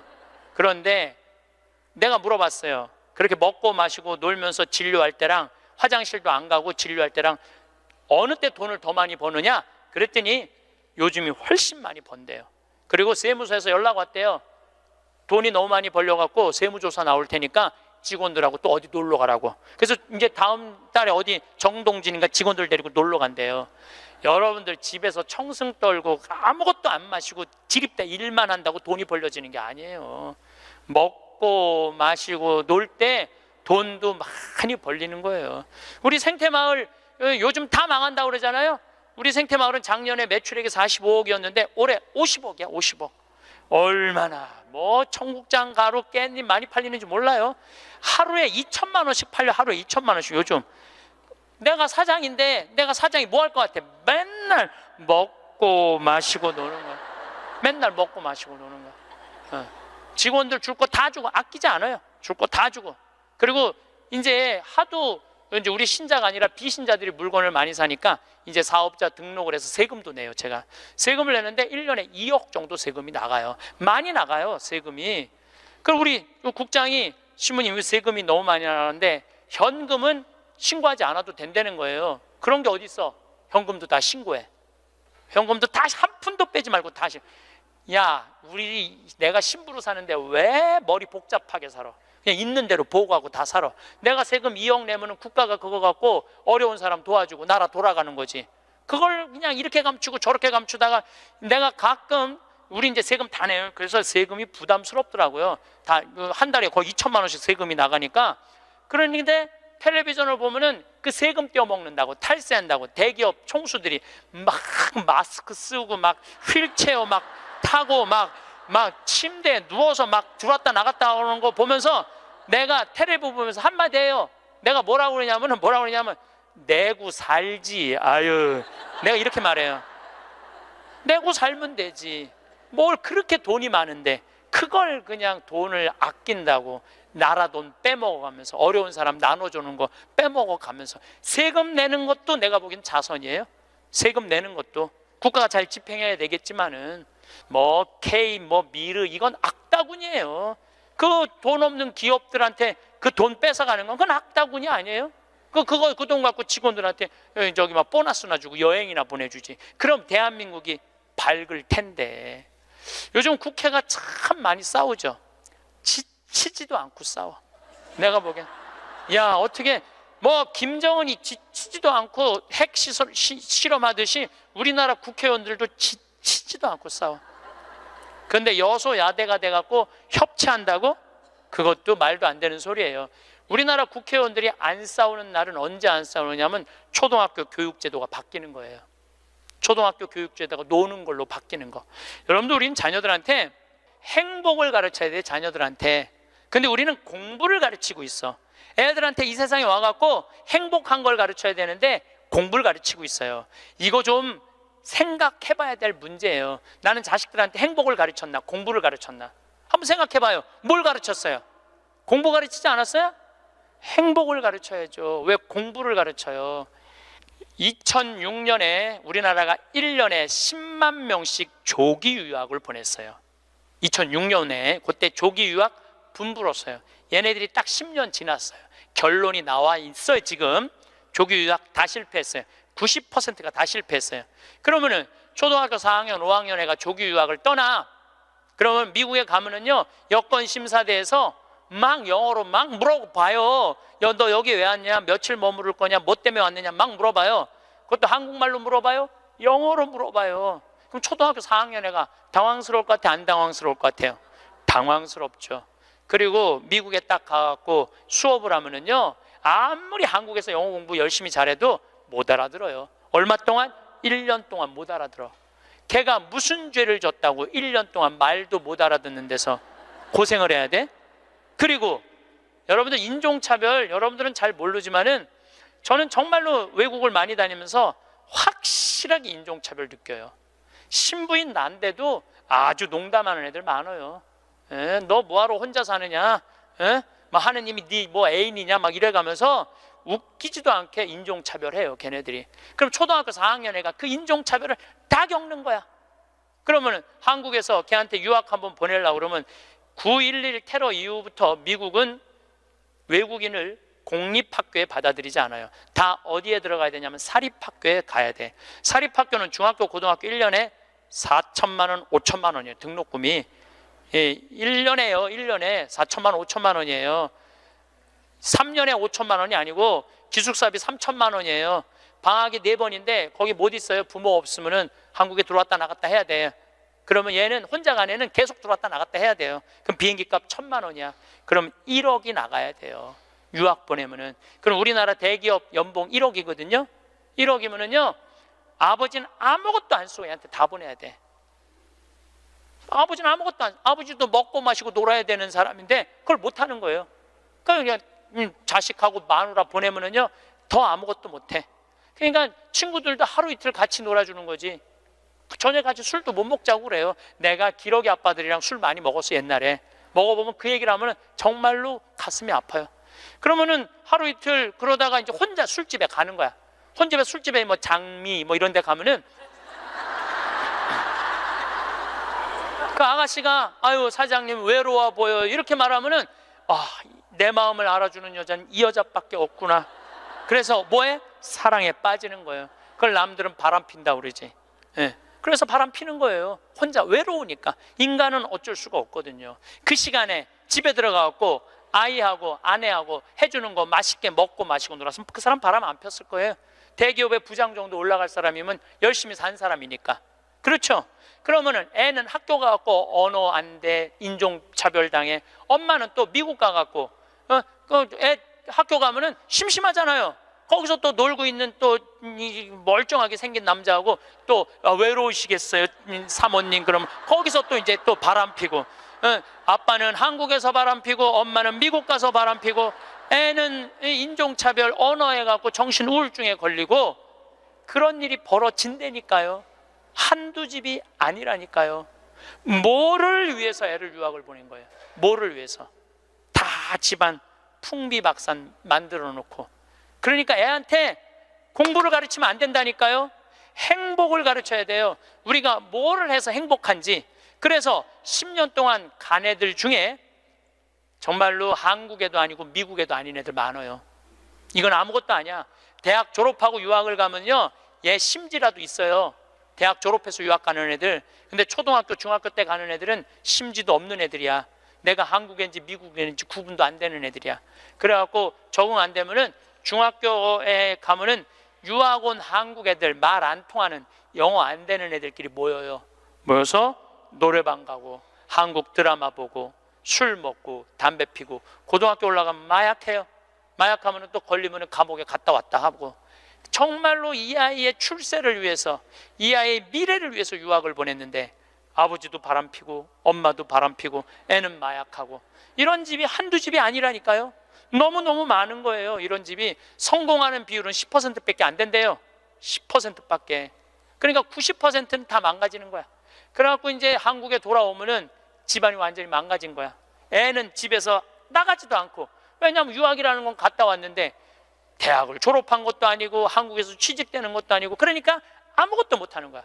그래서 나한테 와서 신부님, 얘 좀 고쳐달라는 거야. 자기가 10년 동안 망가뜨려 놓고 나한테 1시간 만에 고쳐달라는 거야. 아, 내 안수하면 손에서 아무것도 안 나오는데 뭘로 고쳐 내가. 그런데 이제는 1년에 10만 명씩 가던 게 이제 3만 명밖에 안 가요. 왜? 실패한 게 결론이 났으니까. 나는 그러지 말자는 거예요. 그 1년에 1억씩 유학비 보낼 돈이 있으면 그 돈 갖고 한국에서 엄마 아빠 자식이랑 행복하게 먹고 마시고 놀으라는 거예요. 그럼 이 집은 깨지지도 않고 애는 아주 건강하게 자랄 거예요. 우리가 아주 중요한 거를 놓치고 있는 거예요. 별거 없어. 인생이 뭐 그렇게 복잡해?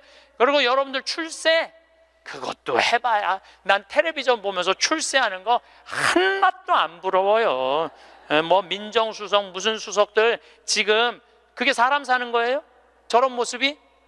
차라리 그 자리에 안 가면은 거짓말도 안 할 거 아니에요. 그 자리에 가면 어쩔 수 없이 거짓말하고. 어떻게 보면 여러분들이 훨씬 행복한 분들이에요. 여러분들은 거짓말 일이 뭐가 있어? 누가 돈을 갖다 줘야지 안 받았다고 그러지. 누가 돈을 갖다 줘야지 안 받았다고 그러지. 참. 자, 그렇다면은 30살에서부터 60살은 행복하냐? 대한민국에. 자, 이 30살에서부터 60살은 저는 인생의 황금기라고 생각해요. 여러분들, 여행은 가슴이 떨릴 때 가야지 다리가 떨릴 때 가면 안 된다니까요. 근데 이때 가야 될 때야. 가야 될 때야. 그런데 자식 공부시킨다고, 자식 출세시킨다고 나는 안 먹고 안 마시고 안 놀아. 30년 동안 그랬어. 그럼 이 사람은 30년 동안 껍데기 인생을 산 거예요. 자기 인생 산 거 아니에요. 자식만을 위해서 살았다고. 나는 자식 하나 잘 되면은 엄마의 기쁨이라고 그러는데 그것도 옛날에 45, 46까지 살 때 얘기예요. 이제 여러분들 120살 살면은요 자식이 90이 돼버려요. 그 자식 출세하는 거 여러분들 행복하고는 아무 상관이 없어요. 70살, 80살 된 자식하고 90살, 100살 된 여러분들하고 아무 상관이 없어요. 어떤 아버지가 딸을 공부를 잘 가르쳐놨어. 서울대학을 졸업해하고 삼성에 취직을 했어. 근데 이 딸이 잘난 척하고 남자 알기를 우습게 알고 시집을 한 거고 혼자 사는 거야. 아버지는 딸이 시집 가갖고 손자도 좀 안겨주고 좋은데 시집 가갖고 자기 호강도 시켜주기를 바랬는데 이게 혼자 사는 거예요. 설날 왔어 딸이. 그래서 아버지가 한마디 해요. 너 뭐가 부족해서 시집 안 가고 혼자 살고 있느냐고. 제발 시집 좀 가라고. 네가 학벌이 부족하냐, 미모가 부족하냐, 뭐가 부족한데 시집을 안 가냐고. 그랬더니 딸이 아버지를 보고 한다는 소리가, 아버지 답답한 소리 하지 말라고. 요즘 시집 가는 게 얼마나 힘든지 알아요? 뭐가 힘들어? 넌 부족한 거 없어. 다 갈 수 있어. 그랬더니 아버지 한심한 소리 하지 말라고. 아버지 대통령도 못 간 시집을 내가 어떻게 가? 생각해보니까 대통령도 시집도 못 가고, 시집만 못 가. 요즘 아주 그냥 처지가 아주 곤궁하게 됐잖아요. 뭐 그래 또 아버지가 질 수가 있어? 그래서 한마디 더 해요. 그래? 그렇다면은 네가 그렇게 시집 안 가고 혼자 살 거면 너도 대통령이라도 좀 해보라고. 아버지도 좀 최순실처럼 호강 좀 해보게. 그랬더니 딸이 아버지 보고 한심한 눈으로 쳐봐도 한마디 더 해요. 아버지 답답한 소리 하지 말라고. 뭐가 답답한 소리야? 아버지가 대통령을 했어야지 나도 해볼 거 아니냐고.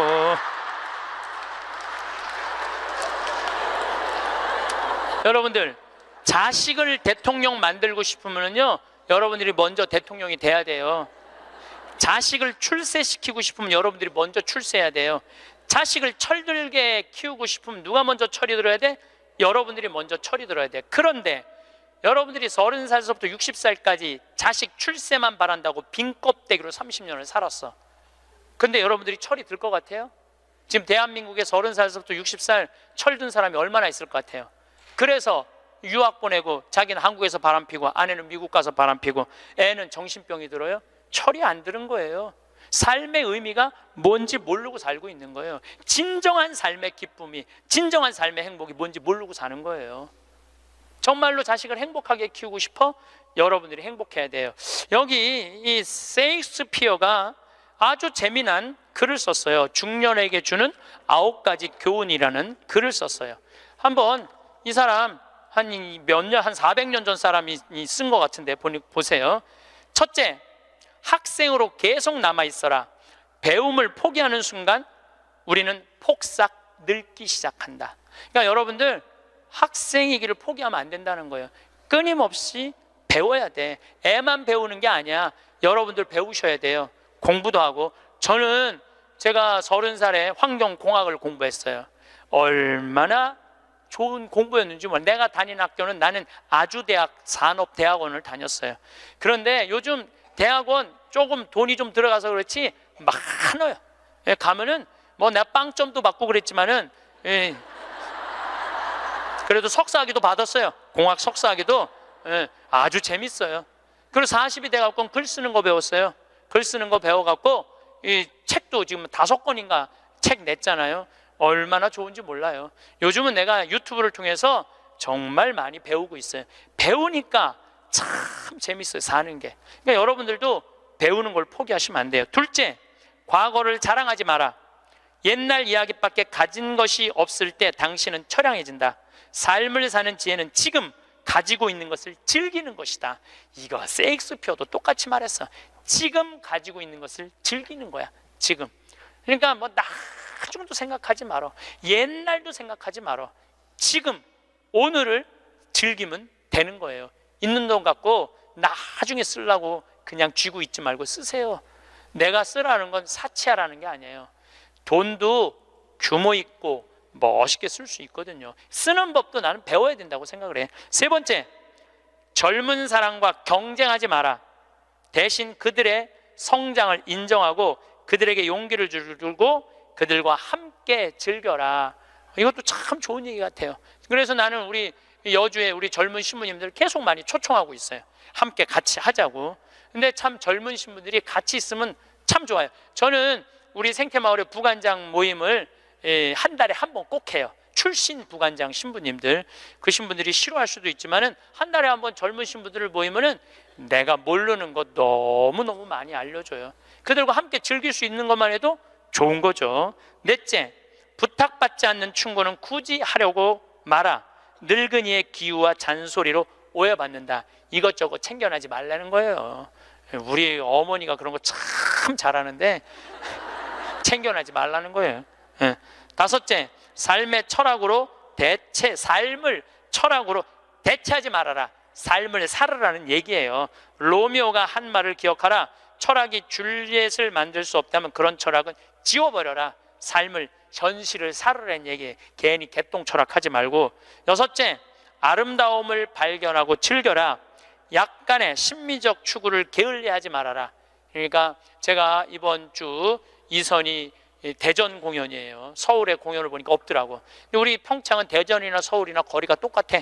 그래서 이제 대전으로 가는데 점점 나이를 먹으면 먹을수록 공연도 많이 가요. 저는 여기 이 삼성 여기 뭐 스퀘어인가 여기 공연 많이 와요. 예술의 전당도 많이 와요.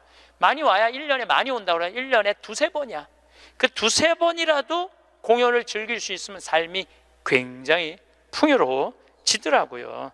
또 7째, 늙어가는 것을 불평하지 마라. 가엾어 보인다. 몇 번 들어주다 당신을 피하기 시작할 것이다. 나 늙은 거 자랑하지 말라는 거예요.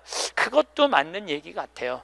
늙은 거 누가 뭐 알아주기는 해요. 아무도 안 알아주죠. 나이 먹은 거 자랑 아니야, 내가 보기에는. 그리고 나이를 먹으려면 곱게 먹어야 돼. 나이값을 하고면서 늙어가야지, 나이값도 못하고 나이만 디립다 먹으면 그게 뭐가 자랑이에요. 8번째, 젊은 사람에게 세상을 다 넘겨주지 말아라. 이건 뭐냐면 재산 주지 말라는 거예요. 그들에게 다 주는 순간 천덕꾸러기가 될 것이다. 여러분들 아까 제가 말씀드렸죠? 자식하고 남편한테 다 주지 말고 얼마만 주라고? 반만 주세요. 항상 오늘부터 마음도 반만 주세요. 다 주지 말고. 두 딸에게 배신당한 리어 왕처럼 춥고 배고픈 노년을 보내며 두 딸에게 죽게 될 것이다. 이 리어 왕이라는 이 셰익스피어 이 작품을 읽어보면 굉장히 재밌어요. 딸들한테 자기 왕권을 다 넘겨줘요. 왕권 넘겨준 딸 때문에 이 사람 죽어요.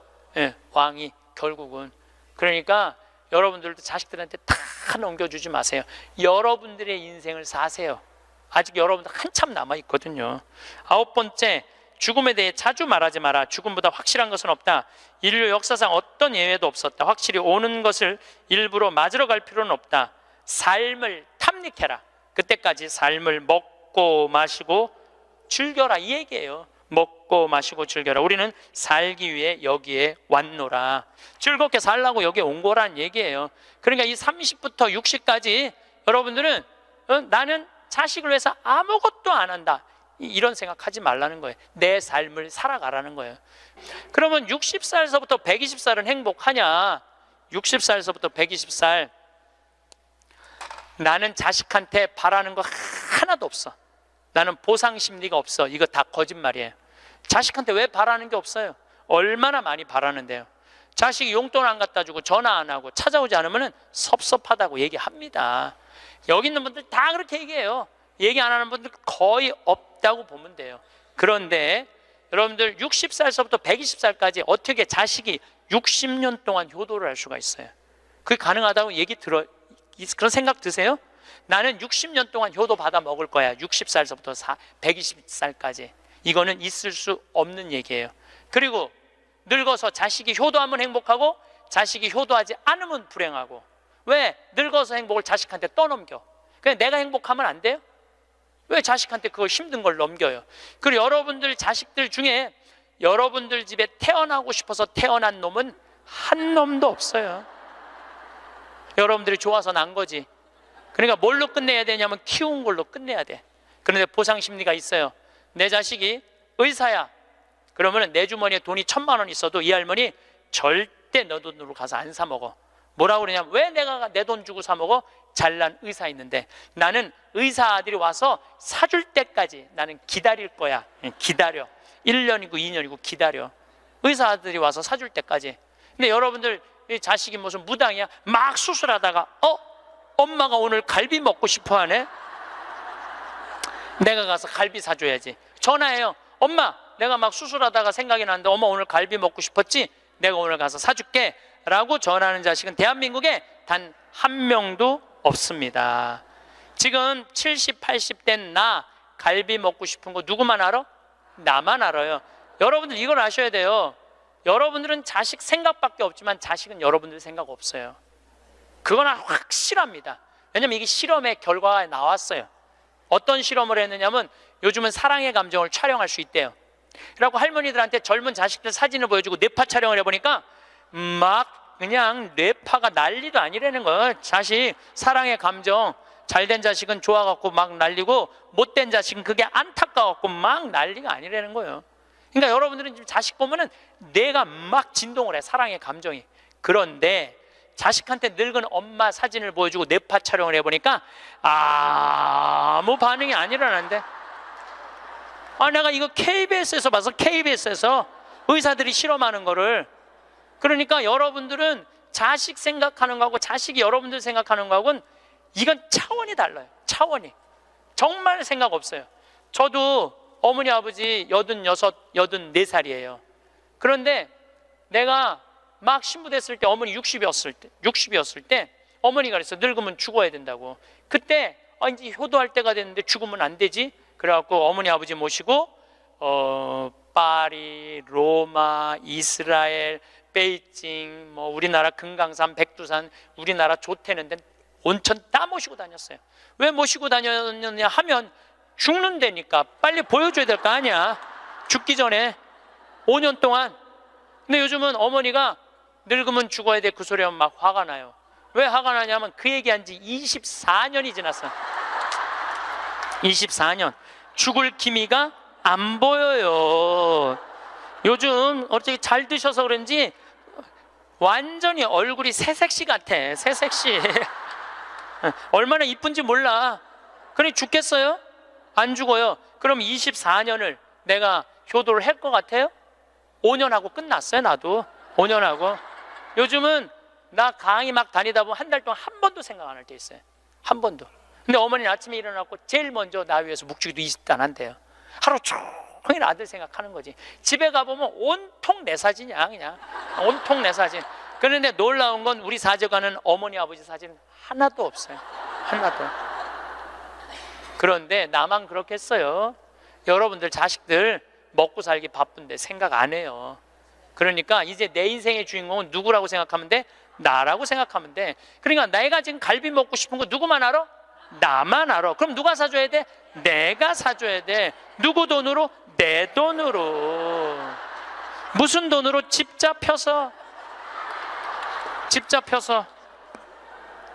사줘야 돼요. 집 잡혀서. 그런데 우리나라 노인이 지금 700만 명이에요. 65세 이상이. 그러면은 부부가 산다고 하면 350만 세대죠.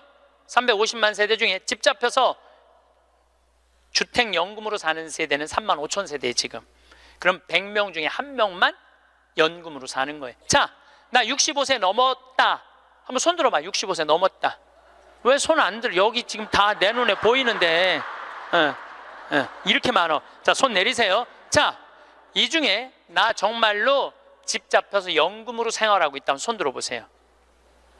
지금 한 분, 두 분, 그러니까 제 말이 세 분, 네 분, 제 말이 맞아요. 지금 여기 한 1000여 분 있는데 거의 100명 중에 1명만 집을. 그런데 이 집 잡혀서 사는 분과 집 안 잡혀서 자식한테 물려주겠다는 분하고 삶의 질은 또 달라요. 집 잡혀서 한 달에 150만 원에서 200만 원을 받아 사는 사람들은요, 근심 걱정 하나도 없대요. 마음이 그렇게 편안하대요. 그런데 자식들 용돈 받고 집 물려줄 생각으로 용돈 받고 사는 분들은 어떤 딸은 자식이 10만 원도 갖다 주고 20만 원도 갖다 주고. 우리나라 평균 용돈이 10만 원이에요. 평균 부모님한테. 그럼 20만 원도 갖다 주고 30만 원도 갖다 줘. 근데 어떤 딸은 100만 원도 갖다 줘. 100만 원도 갖다 주면 이 할머니가 그 돈을 못 써요. 왜 못 쓰는 줄 아세요? 다음 달에 얼마를 갖다 줄 줄 알고 이거 홀딱 닦았어. 그러니까 계속 불안하게 사는 거야. 계속. 그럼 늘 불만 속에서 사는 거야. 내 인생의 주인공은 난데 남한테 계속 기대고 사는 거예요. 그러시지 마세요. 내 강의를 듣고 정말로 당신 스스로 갈비를 사 먹으러 간 할머니들이 나한테 편지 많이 해요. 또 찾아도 많이 와요. 신부님 말대로 내 돈으로 사 먹어보니까 인생이 바뀌더래요. 어떻게 바뀌느냐면 더 이상 자식 기다리지 않게 되더래요. 그리고 더 이상 원망하지 않게 되더래요. 더 이상 섭섭한 거 없더래요. 그냥 내 돈 갖고 내가 사 먹으면 되지. 대신 너는 나한테 재산 끝이야. 이렇게 딱 정리가 되고 나니까 너무 편안하더래요. 그리고 남은 인생은 내가 책임질 수 있겠다라는 자신감이 생기더래요. 그래서 너무 감사하다고. 너무너무 감사하다고. 아니 그 할머니 중에 내 강의에 딱 맞는 할머니 한 분 오셨어. 여기 여의도에 사는 분인데 개신교 다니는 분이야. 순복음교회 다닌대요. 빌딩이 3개가 있대. 우리 집에 왔는데 뭐 하여튼 에쿠스 뭐 900인가 뭐 리무진인가를 타고 왔는데 어마어마하게 좋은 차를 타고 왔어요. 예, 에쿠스가 아니라 제너시스. 기사를 대갖고 왔어. 근데 그러는 거예요. 신부님 내가 40에 혼자 대갖고 아들 셋을 키웠다는 거. 신부님 말대로 의사, 교수, 사장이라는 거예요. 근데 2년 전까지는 내가 너희들 그렇게 키웠는데 왜 나 한번 안 찾아오느냐 맨날 원망했대요. 근데 어느 날 갑자기 내가 그러더래요. 늙어서 갈비 먹고 싶으면 지 돈으로 사 먹으라고. 왜 자식을 기다리느냐고. 근데 자기 돈으로 사 먹어보니까 더 이상 안 기다려지더래요. 섭섭한 거 없더래요. 그리고 사는 게 너무너무 즐겁더래. 내 자식하고의 이런 관계를 끊고 내 삶을 살다가 보니까 걸리는 게 하나도 없대. 그러니까 여러분들도 그렇게 사셔야 돼요. 언제까지 자식하고 엉겨서 그걸 살 수 있다고 생각하세요? 그냥 내 인생의 주인공은 나야. 내가 알아서 살아야 돼. 그래서 여러분들의 인생을 꼭 사시기를 바랍니다. 성부와 성자와 성령의 이름으로 아멘. 행복합니다. 마지막 돌아갈 곳이 어딘지 분명히 알고 있는 사람. 돌아갈 곳이 어딘지 알아 그 길을 닦으며 사는 사람. 먼 여정에도 가지고 갈 것이라고는 남에게 베푼 것뿐인 사람. 가지고 갈 것이 하나도 없이 살아온 흔적조차 남기지 않는 사람. 살아서는 조롱과 부끄러움에 비틀거리지 않는 날이 하루도 없었나니. 영광이 성부와 성자와 성령께, 성부와 성자와 성령의 이름으로 아멘. 감사합니다. 여러분, 나이가 들수록 건강이 가장 중요하다고 들으셨을 겁니다. 그러나 50대와 60대를 건강 생각만 하면서 보내는 것이 과연 옳을까요? 한국보건사회연구원이 작년에 발표한 노인에 대한 조사에 따르면 65세 이상의 2명 중 1명이 우울 증상을 겪고 있다고 합니다. 최근 연구 결과에 따르면 노년의 신체 건강만 생각하다 보면 오히려 더 큰 고통을 겪을 가능성이 높다고 합니다. 여러분도 그렇게 생각하지 않으신가요? 80대에 어떻게 시간을 보낼지 고민하고 계실 겁니다. 나이가 들수록 계획한 대로 모든 것을 해낼 수는 없습니다. 젊은 사람들도 좋은 습관을 만드는 것이 어려운데 나이가 들면 더욱 그렇습니다. 우리가 80대를 두려워하는 이유 중 하나는 경험해보지 않은 것들이나 보지 못한 것들을 두려움의 대상으로 삼기 때문입니다. 오늘은 80대에 접어들면서 누구나 겪게 되는 일들과 몸과 마음을 건강하게 유지하는 방법에 대해 말씀드리려고 합니다. 이 영상을 통해 80대를 막연히 두려워하던 분들이 행복한 노후를 보내셨으면 좋겠습니다. 노후에 우리가 자주 접하는 질문들 중 하나는 사실 먹고 싶지만 건강에 해로워서 참는다와 같은 질문입니다. 혹은 건강을 위해 과하게 운동을 한다거나 효과를 느끼지 못해도 건강을 위해 약을 계속 복용한다는 것들도 있습니다. 이런 질문들에 대해 여러분은 어떻게 생각하시나요? 저는 이러한 것들이 어떤 면에서는 건강에 좋지 않다고 생각합니다.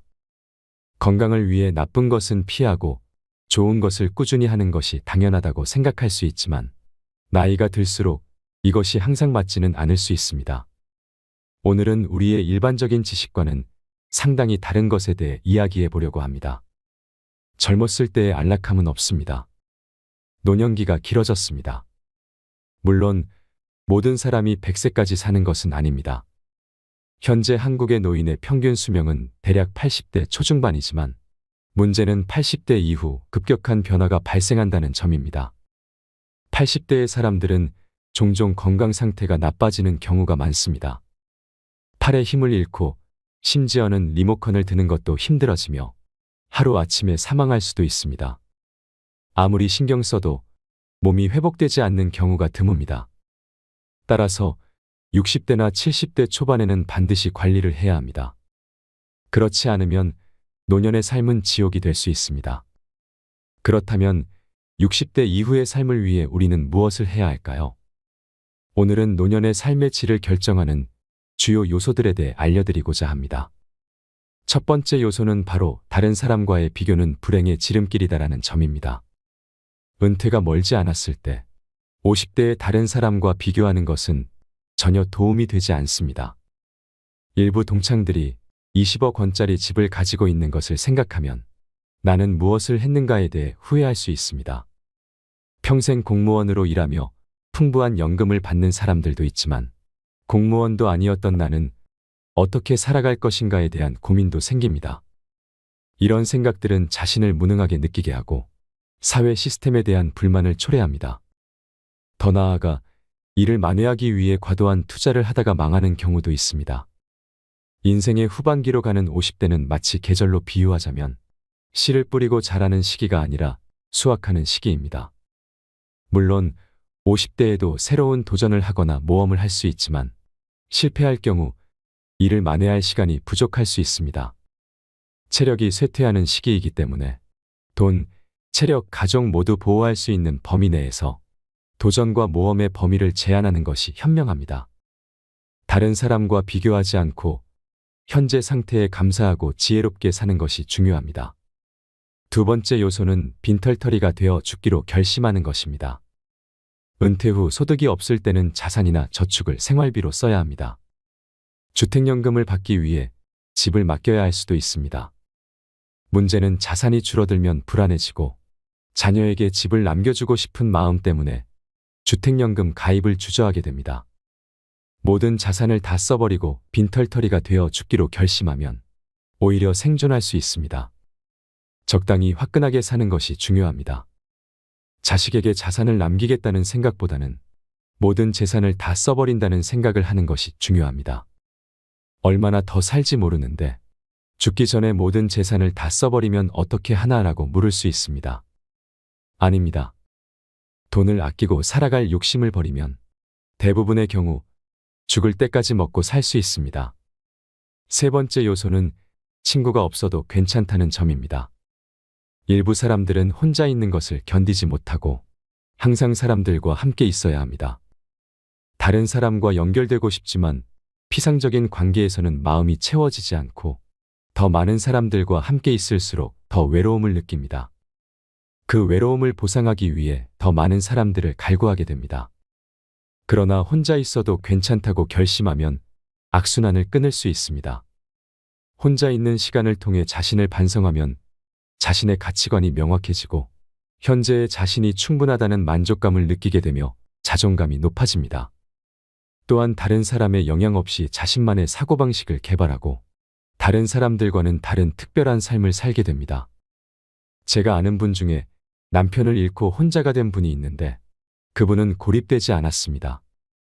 그녀는 좋아하는 레스토랑의 셰프, 체육관의 트레이너, 그리고 다양한 사람들과의 관계를 유지했습니다. 마음을 털어놓을 만큼 깊은 관계는 아니었지만 적당한 거리를 유지하는 느슨한 관계였습니다. 이러한 관계는 사람을 더 성숙하게 만들고 노년기에 중요한 안전망 역할을 합니다. 나이가 들수록 오늘 어디에 가고 오늘 무엇을 하는지가 무엇보다 중요합니다. 개를 산책시키고 아이들이 학교에 가는 것을 보는 등 사회와의 접점을 유지하는 것이 중요합니다. 그것만으로도 충분합니다. 노년의 삶의 질을 결정하는 네 번째 중요한 요소는 체중을 줄여야 한다는 고정관념을 버리는 것입니다. 60세는 건강한 몸을 위한 여정의 중요한 관문입니다. 중년기에는 대사증후군을 예방하는 것이 중요한 건강관리 과제였지만 동맥경화, 뇌졸중, 심근경색, 당뇨병, 치매 등 온갖 무서운 질병이 도미노처럼 몰려옵니다. 따라서 중년의 사람들은 대사증후군을 피하기 위해 체지방을 너무 많이 축적하지 않도록 관리하는 것이 중요합니다. 그러나 60세가 넘으면 노화로 인해 근육량이 날로 줄어듭니다. 입맛이 줄어드는 경우도 있어 이런 사람들은 체중 감량이 좋다고 생각하기 쉽지만 70대나 80대에는 근육 감소증에 걸리거나 몸 전체의 체중이 감소해 기능이 저하되고 움직이는데 어려움을 겪을 수 있습니다. 이렇게 계속되면 스스로 움직이기 힘들어져 다른 사람의 돌봄이 필요하게 됩니다.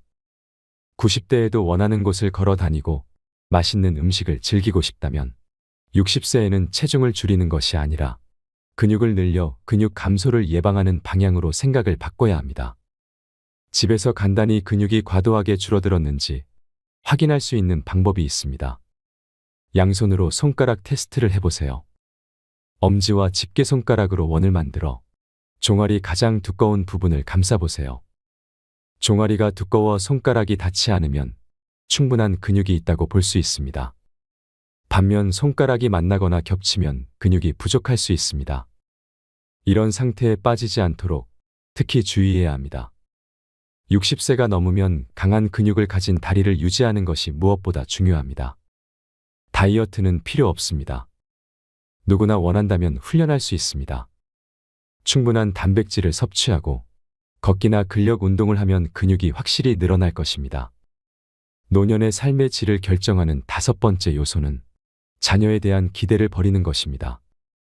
자녀가 노부모를 죽음에 이르게 하는 3가지 경우에 대한 무서운 이야기가 있습니다. 재산이 있는 부모가 손 벌리는 자녀를 외면하면 맞아 죽는다. 찔끔찔끔 준다면 시달려 죽는다. 그렇다고 다 내어주다가는 굶어 죽는다는 이야기입니다. 이러한 불행한 상황을 피하기 위해서는 자녀에게 물려줄 돈이 없다는 것을 일찍 선언하고 자녀의 금전적 기대를 버리게 해야 합니다. 성인이 된 자녀를 결혼시키고 집을 마련해주며 결혼 후에도 물질적, 정신적으로 돕는 분들이 있습니다. 그러나 자녀가 독립하지 못하게 하는 것은 사랑이 아니라 독이 되어 자녀가 독립하지 못하게 만듭니다. 자녀가 독립하도록 하지 못하고 자녀와 함께 뛰어다니다 보면 결국 돈이 바닥나고 건강을 잃게 됩니다. 자녀가 부모를 부양하는 것을 부담스러워하면 배신감을 느끼게 됩니다. 부모는 자녀를 사랑하고 모든 것을 해주었지만 재정, 건강, 자녀와의 관계가 모두 악화됩니다. 이를 피하기 위해 가능한 자산은 연금으로 전환하는 것이 좋습니다. 매달 필요한 생활비를 가지고 있다면 끝까지 살아갈 수 있습니다. 자녀에게 많은 돈을 주고 노후에 고생하는 것보다는 매일 나오는 연금을 받아 생활비를 충당하는 것이 낫습니다. 노년의 삶의 질을 결정하는 6번째 중요한 요소는 운동보다 올바른 자세가 먼저이다라는 점입니다. 일상생활 습관에 따라 허리가 굽어 새우등이 되거나 무릎이 굽고 허리가 휘는 등의 문제가 생길 수 있습니다.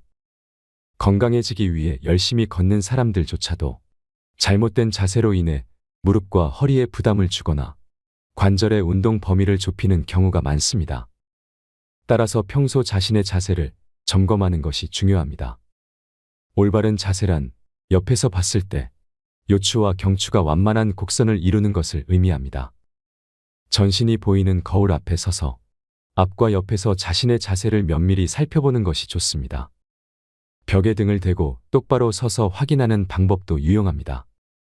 발 뒤꿈치를 벽에 대고 섰을 때 등과 머리 뒤가 벽에 닿는지 확인해 보세요.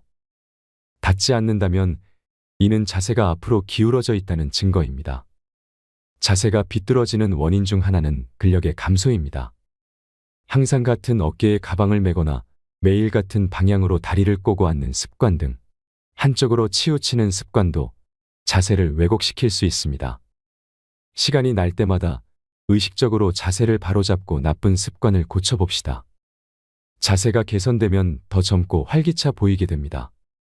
나이가 들어도 좋은 외모를 유지하는 사람들의 공통점은 적정 체중을 유지하고 올바른 자세를 갖추고 있다는 점입니다.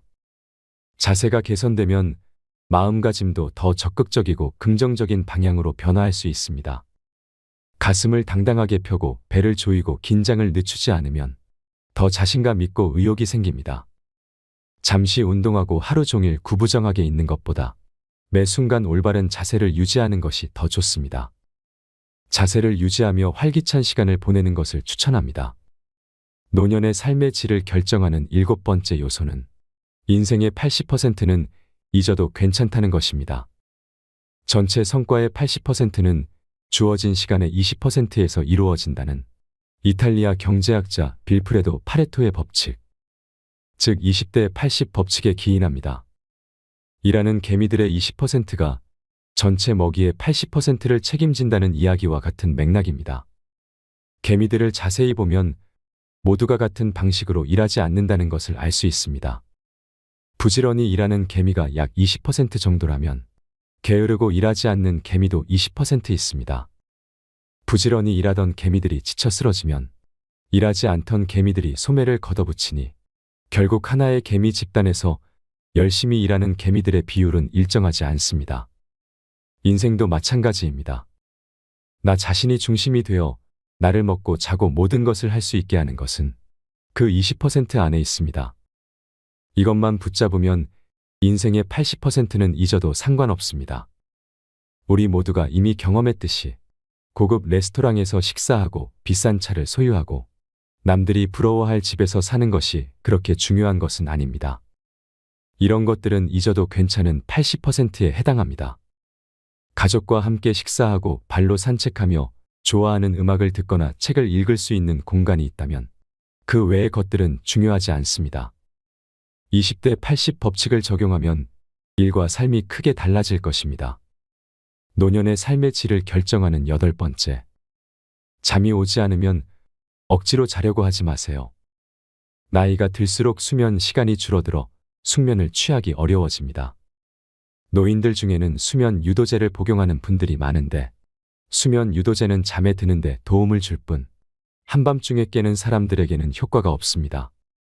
뿐만 아니라 잠자리에서 일어날 때 다리가 떨려 넘어지거나 골절의 위험이 있으며 최악의 경우 자세를 조정해야 할 수도 있습니다. 불면증으로 죽는 사람은 없습니다. 잠자리에 누워서 잠이 오지 않는다고 생각할지 모르지만 실제로는 자고 있는 것입니다. 밤에 잠이 오지 않으면 낮에 자도 됩니다. 정해진 수면 시간에 얽매이지 말고 피곤할 때 자고 졸릴 때 자는 것이 80세 이상 어르신들에게 적합합니다. 강장제가 사람에 따라 효과가 다르듯 잠도 강장제처럼 도움을 주는 존재로 생각해 보세요. 노년의 삶의 질을 결정하는 9번째. 재혼을 고민하는 분들을 위한 조언입니다.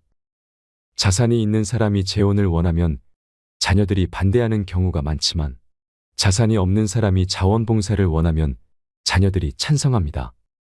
재산이 있으면 상대방의 목표가 재산이라고 생각하기 때문입니다. 반면 재산이 없으면 좋은 사람을 만났다고 생각하는 경우가 많습니다. 그러나 재산이 있는 사람들도 재산 문제로 인해 불행을 겪는 경우가 종종 있습니다. 자녀들과의 갈등으로 인해 재혼을 포기하고 외롭게 지내다 결국 화를 내며 요양을 받게 되는 경우가 있습니다. 반대로 자녀들이 돌봄의 책임을 지지 않는 경우도 있습니다. 사람이 돈을 남기고 죽으면 자녀들과 친척들 간의 재산을 둘러싼 싸움이 일어납니다.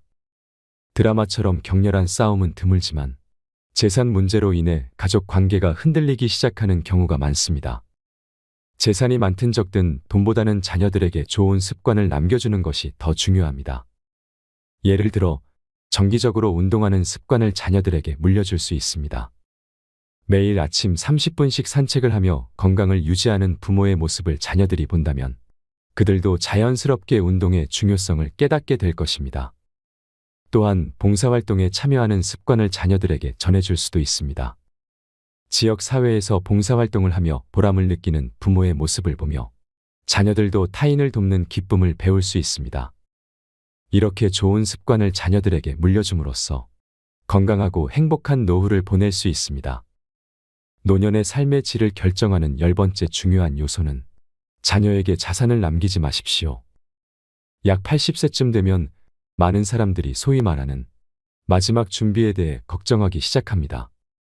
저도 가끔 이에 대해 상담을 제공하지만 가족 문제와 재정 상황에 큰 개인차가 있기 때문에 이 질문에 대한 답변은 매우 어렵습니다. 딱 하나의 답이 있을 뿐입니다. 만약 제가 하나의 조언을 드려야 한다면 남은 돈이 있다면 마지막 순간까지 마음의 평화를 가지고 살 수 있도록 준비를 하는 것이 어떨까요? 부유하다면 고급 서비스 시설이 있는 요양원에 갈 수 있지만 더 많은 돈이 있다면 도우미를 고용하는 것도 고려할 수 있습니다. 집에서 머물며 돌봄을 받는 것이 가장 좋은 방법입니다. 만약 월급으로 약 500만 원이 든다면 연간 약 6천만 원, 10년 동안 약 6억 원이 들 것입니다. 이는 엄청난 금액이지만 지불할 가치가 없는 것은 아닙니다. 가능하다면 좋은 지출이라고 생각합니다. 다시 말하지만 저는 자녀에게 돈을 남기는 것을 추천하지 않습니다. 저축한 돈을 모두 사용하는 것이 가장 좋습니다. 호화로운 묘지를 건설하는 사람들이 있습니다. 이건 어떤가요? 자녀들은 묘지를 방문할 수도 있지만 손자들이 자라면 묘지가 황폐화될 가능성도 있습니다. 차라리 불우이웃에게 기부하거나 미래 세대에 도움을 주는 것이 더 나을 것입니다. 저는 종종 가족에게 이렇게 조언합니다.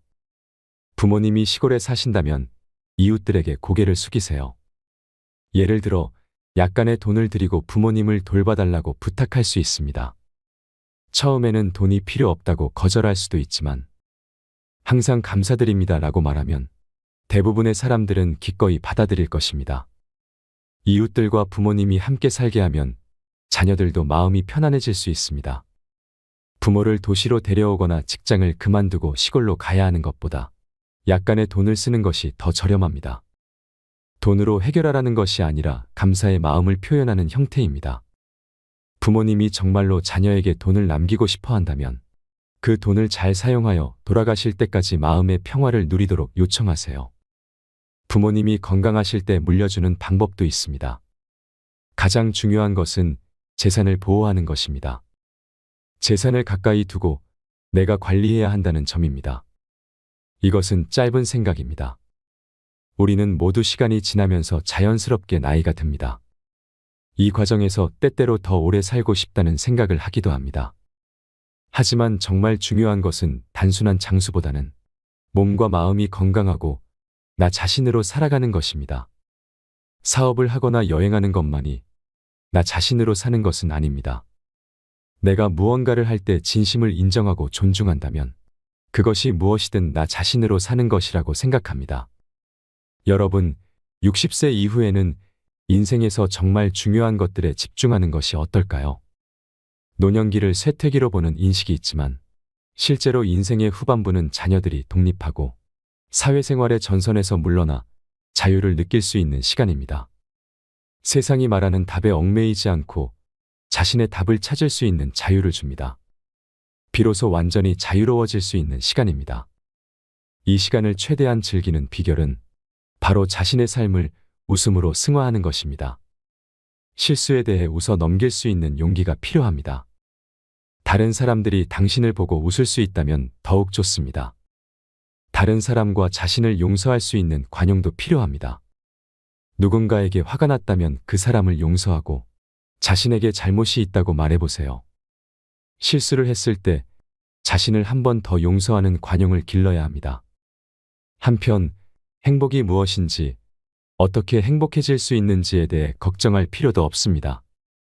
어렵게 생각하면 일상 속의 작은 행복들을 놓치게 됩니다.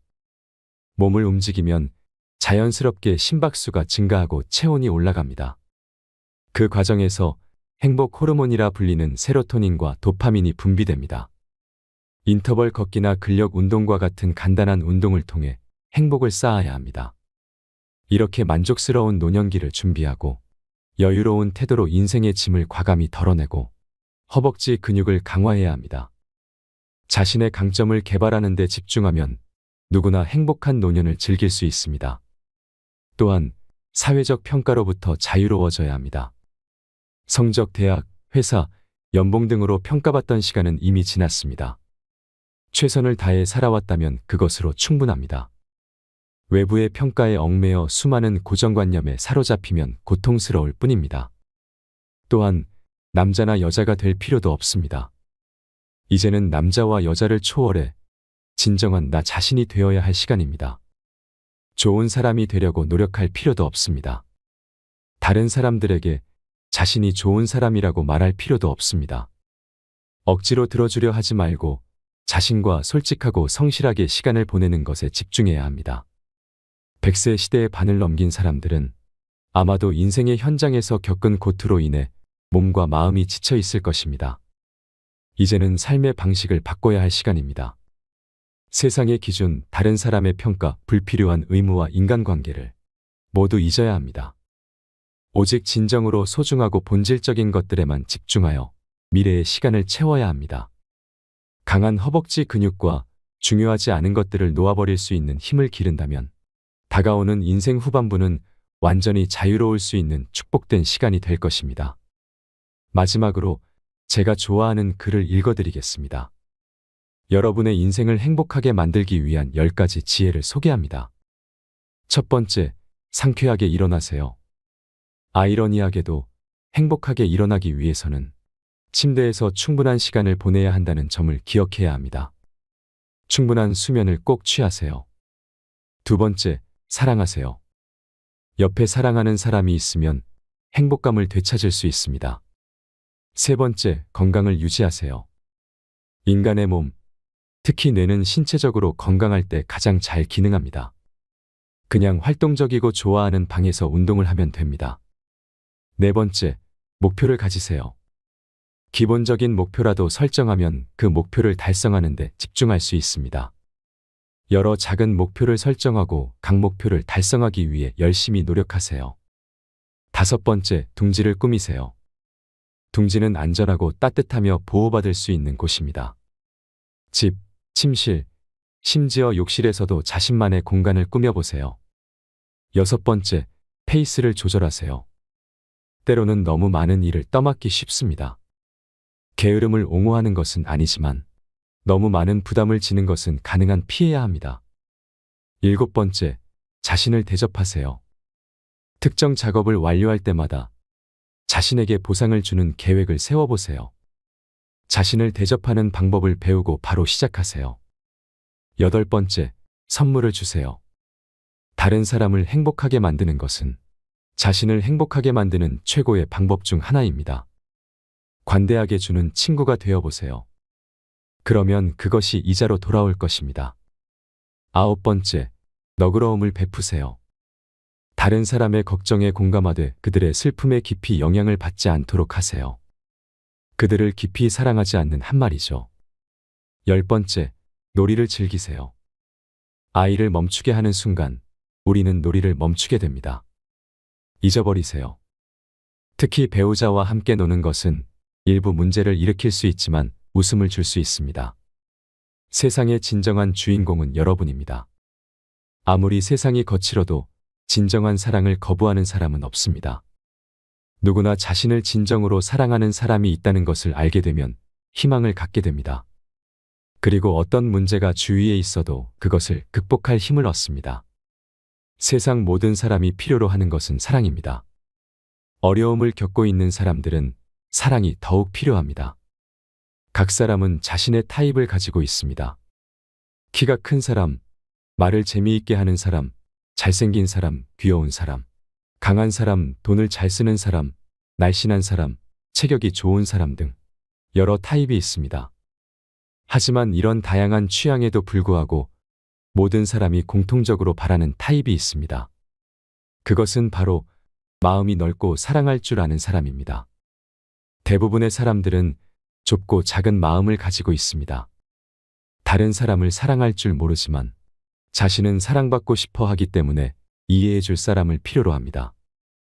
그리고 자신의 마음을 넓히기보다는 다른 사람의 마음이 넓기를 기대합니다. 하지만 이 세상은 그렇지 않습니다. 마음이 넓은 사람은 거의 없습니다. 처음 만났을 때는 마음이 넓어 보이지만 시간이 지나면 그 사람도 우리와 마찬가지로 마음이 좁다는 것을 알게 됩니다. 그러면 우리는 다시 마음이 넓은 사람을 찾습니다. 이 세상에서 자신보다 더 큰 마음을 가진 사람을 찾는 것은 쉬운 일이 아닙니다. 부유한 사람을 만나는 것은 번개에 맞는 것보다 어렵고 마음이 넓은 사람을 만나는 것은 더 어렵습니다.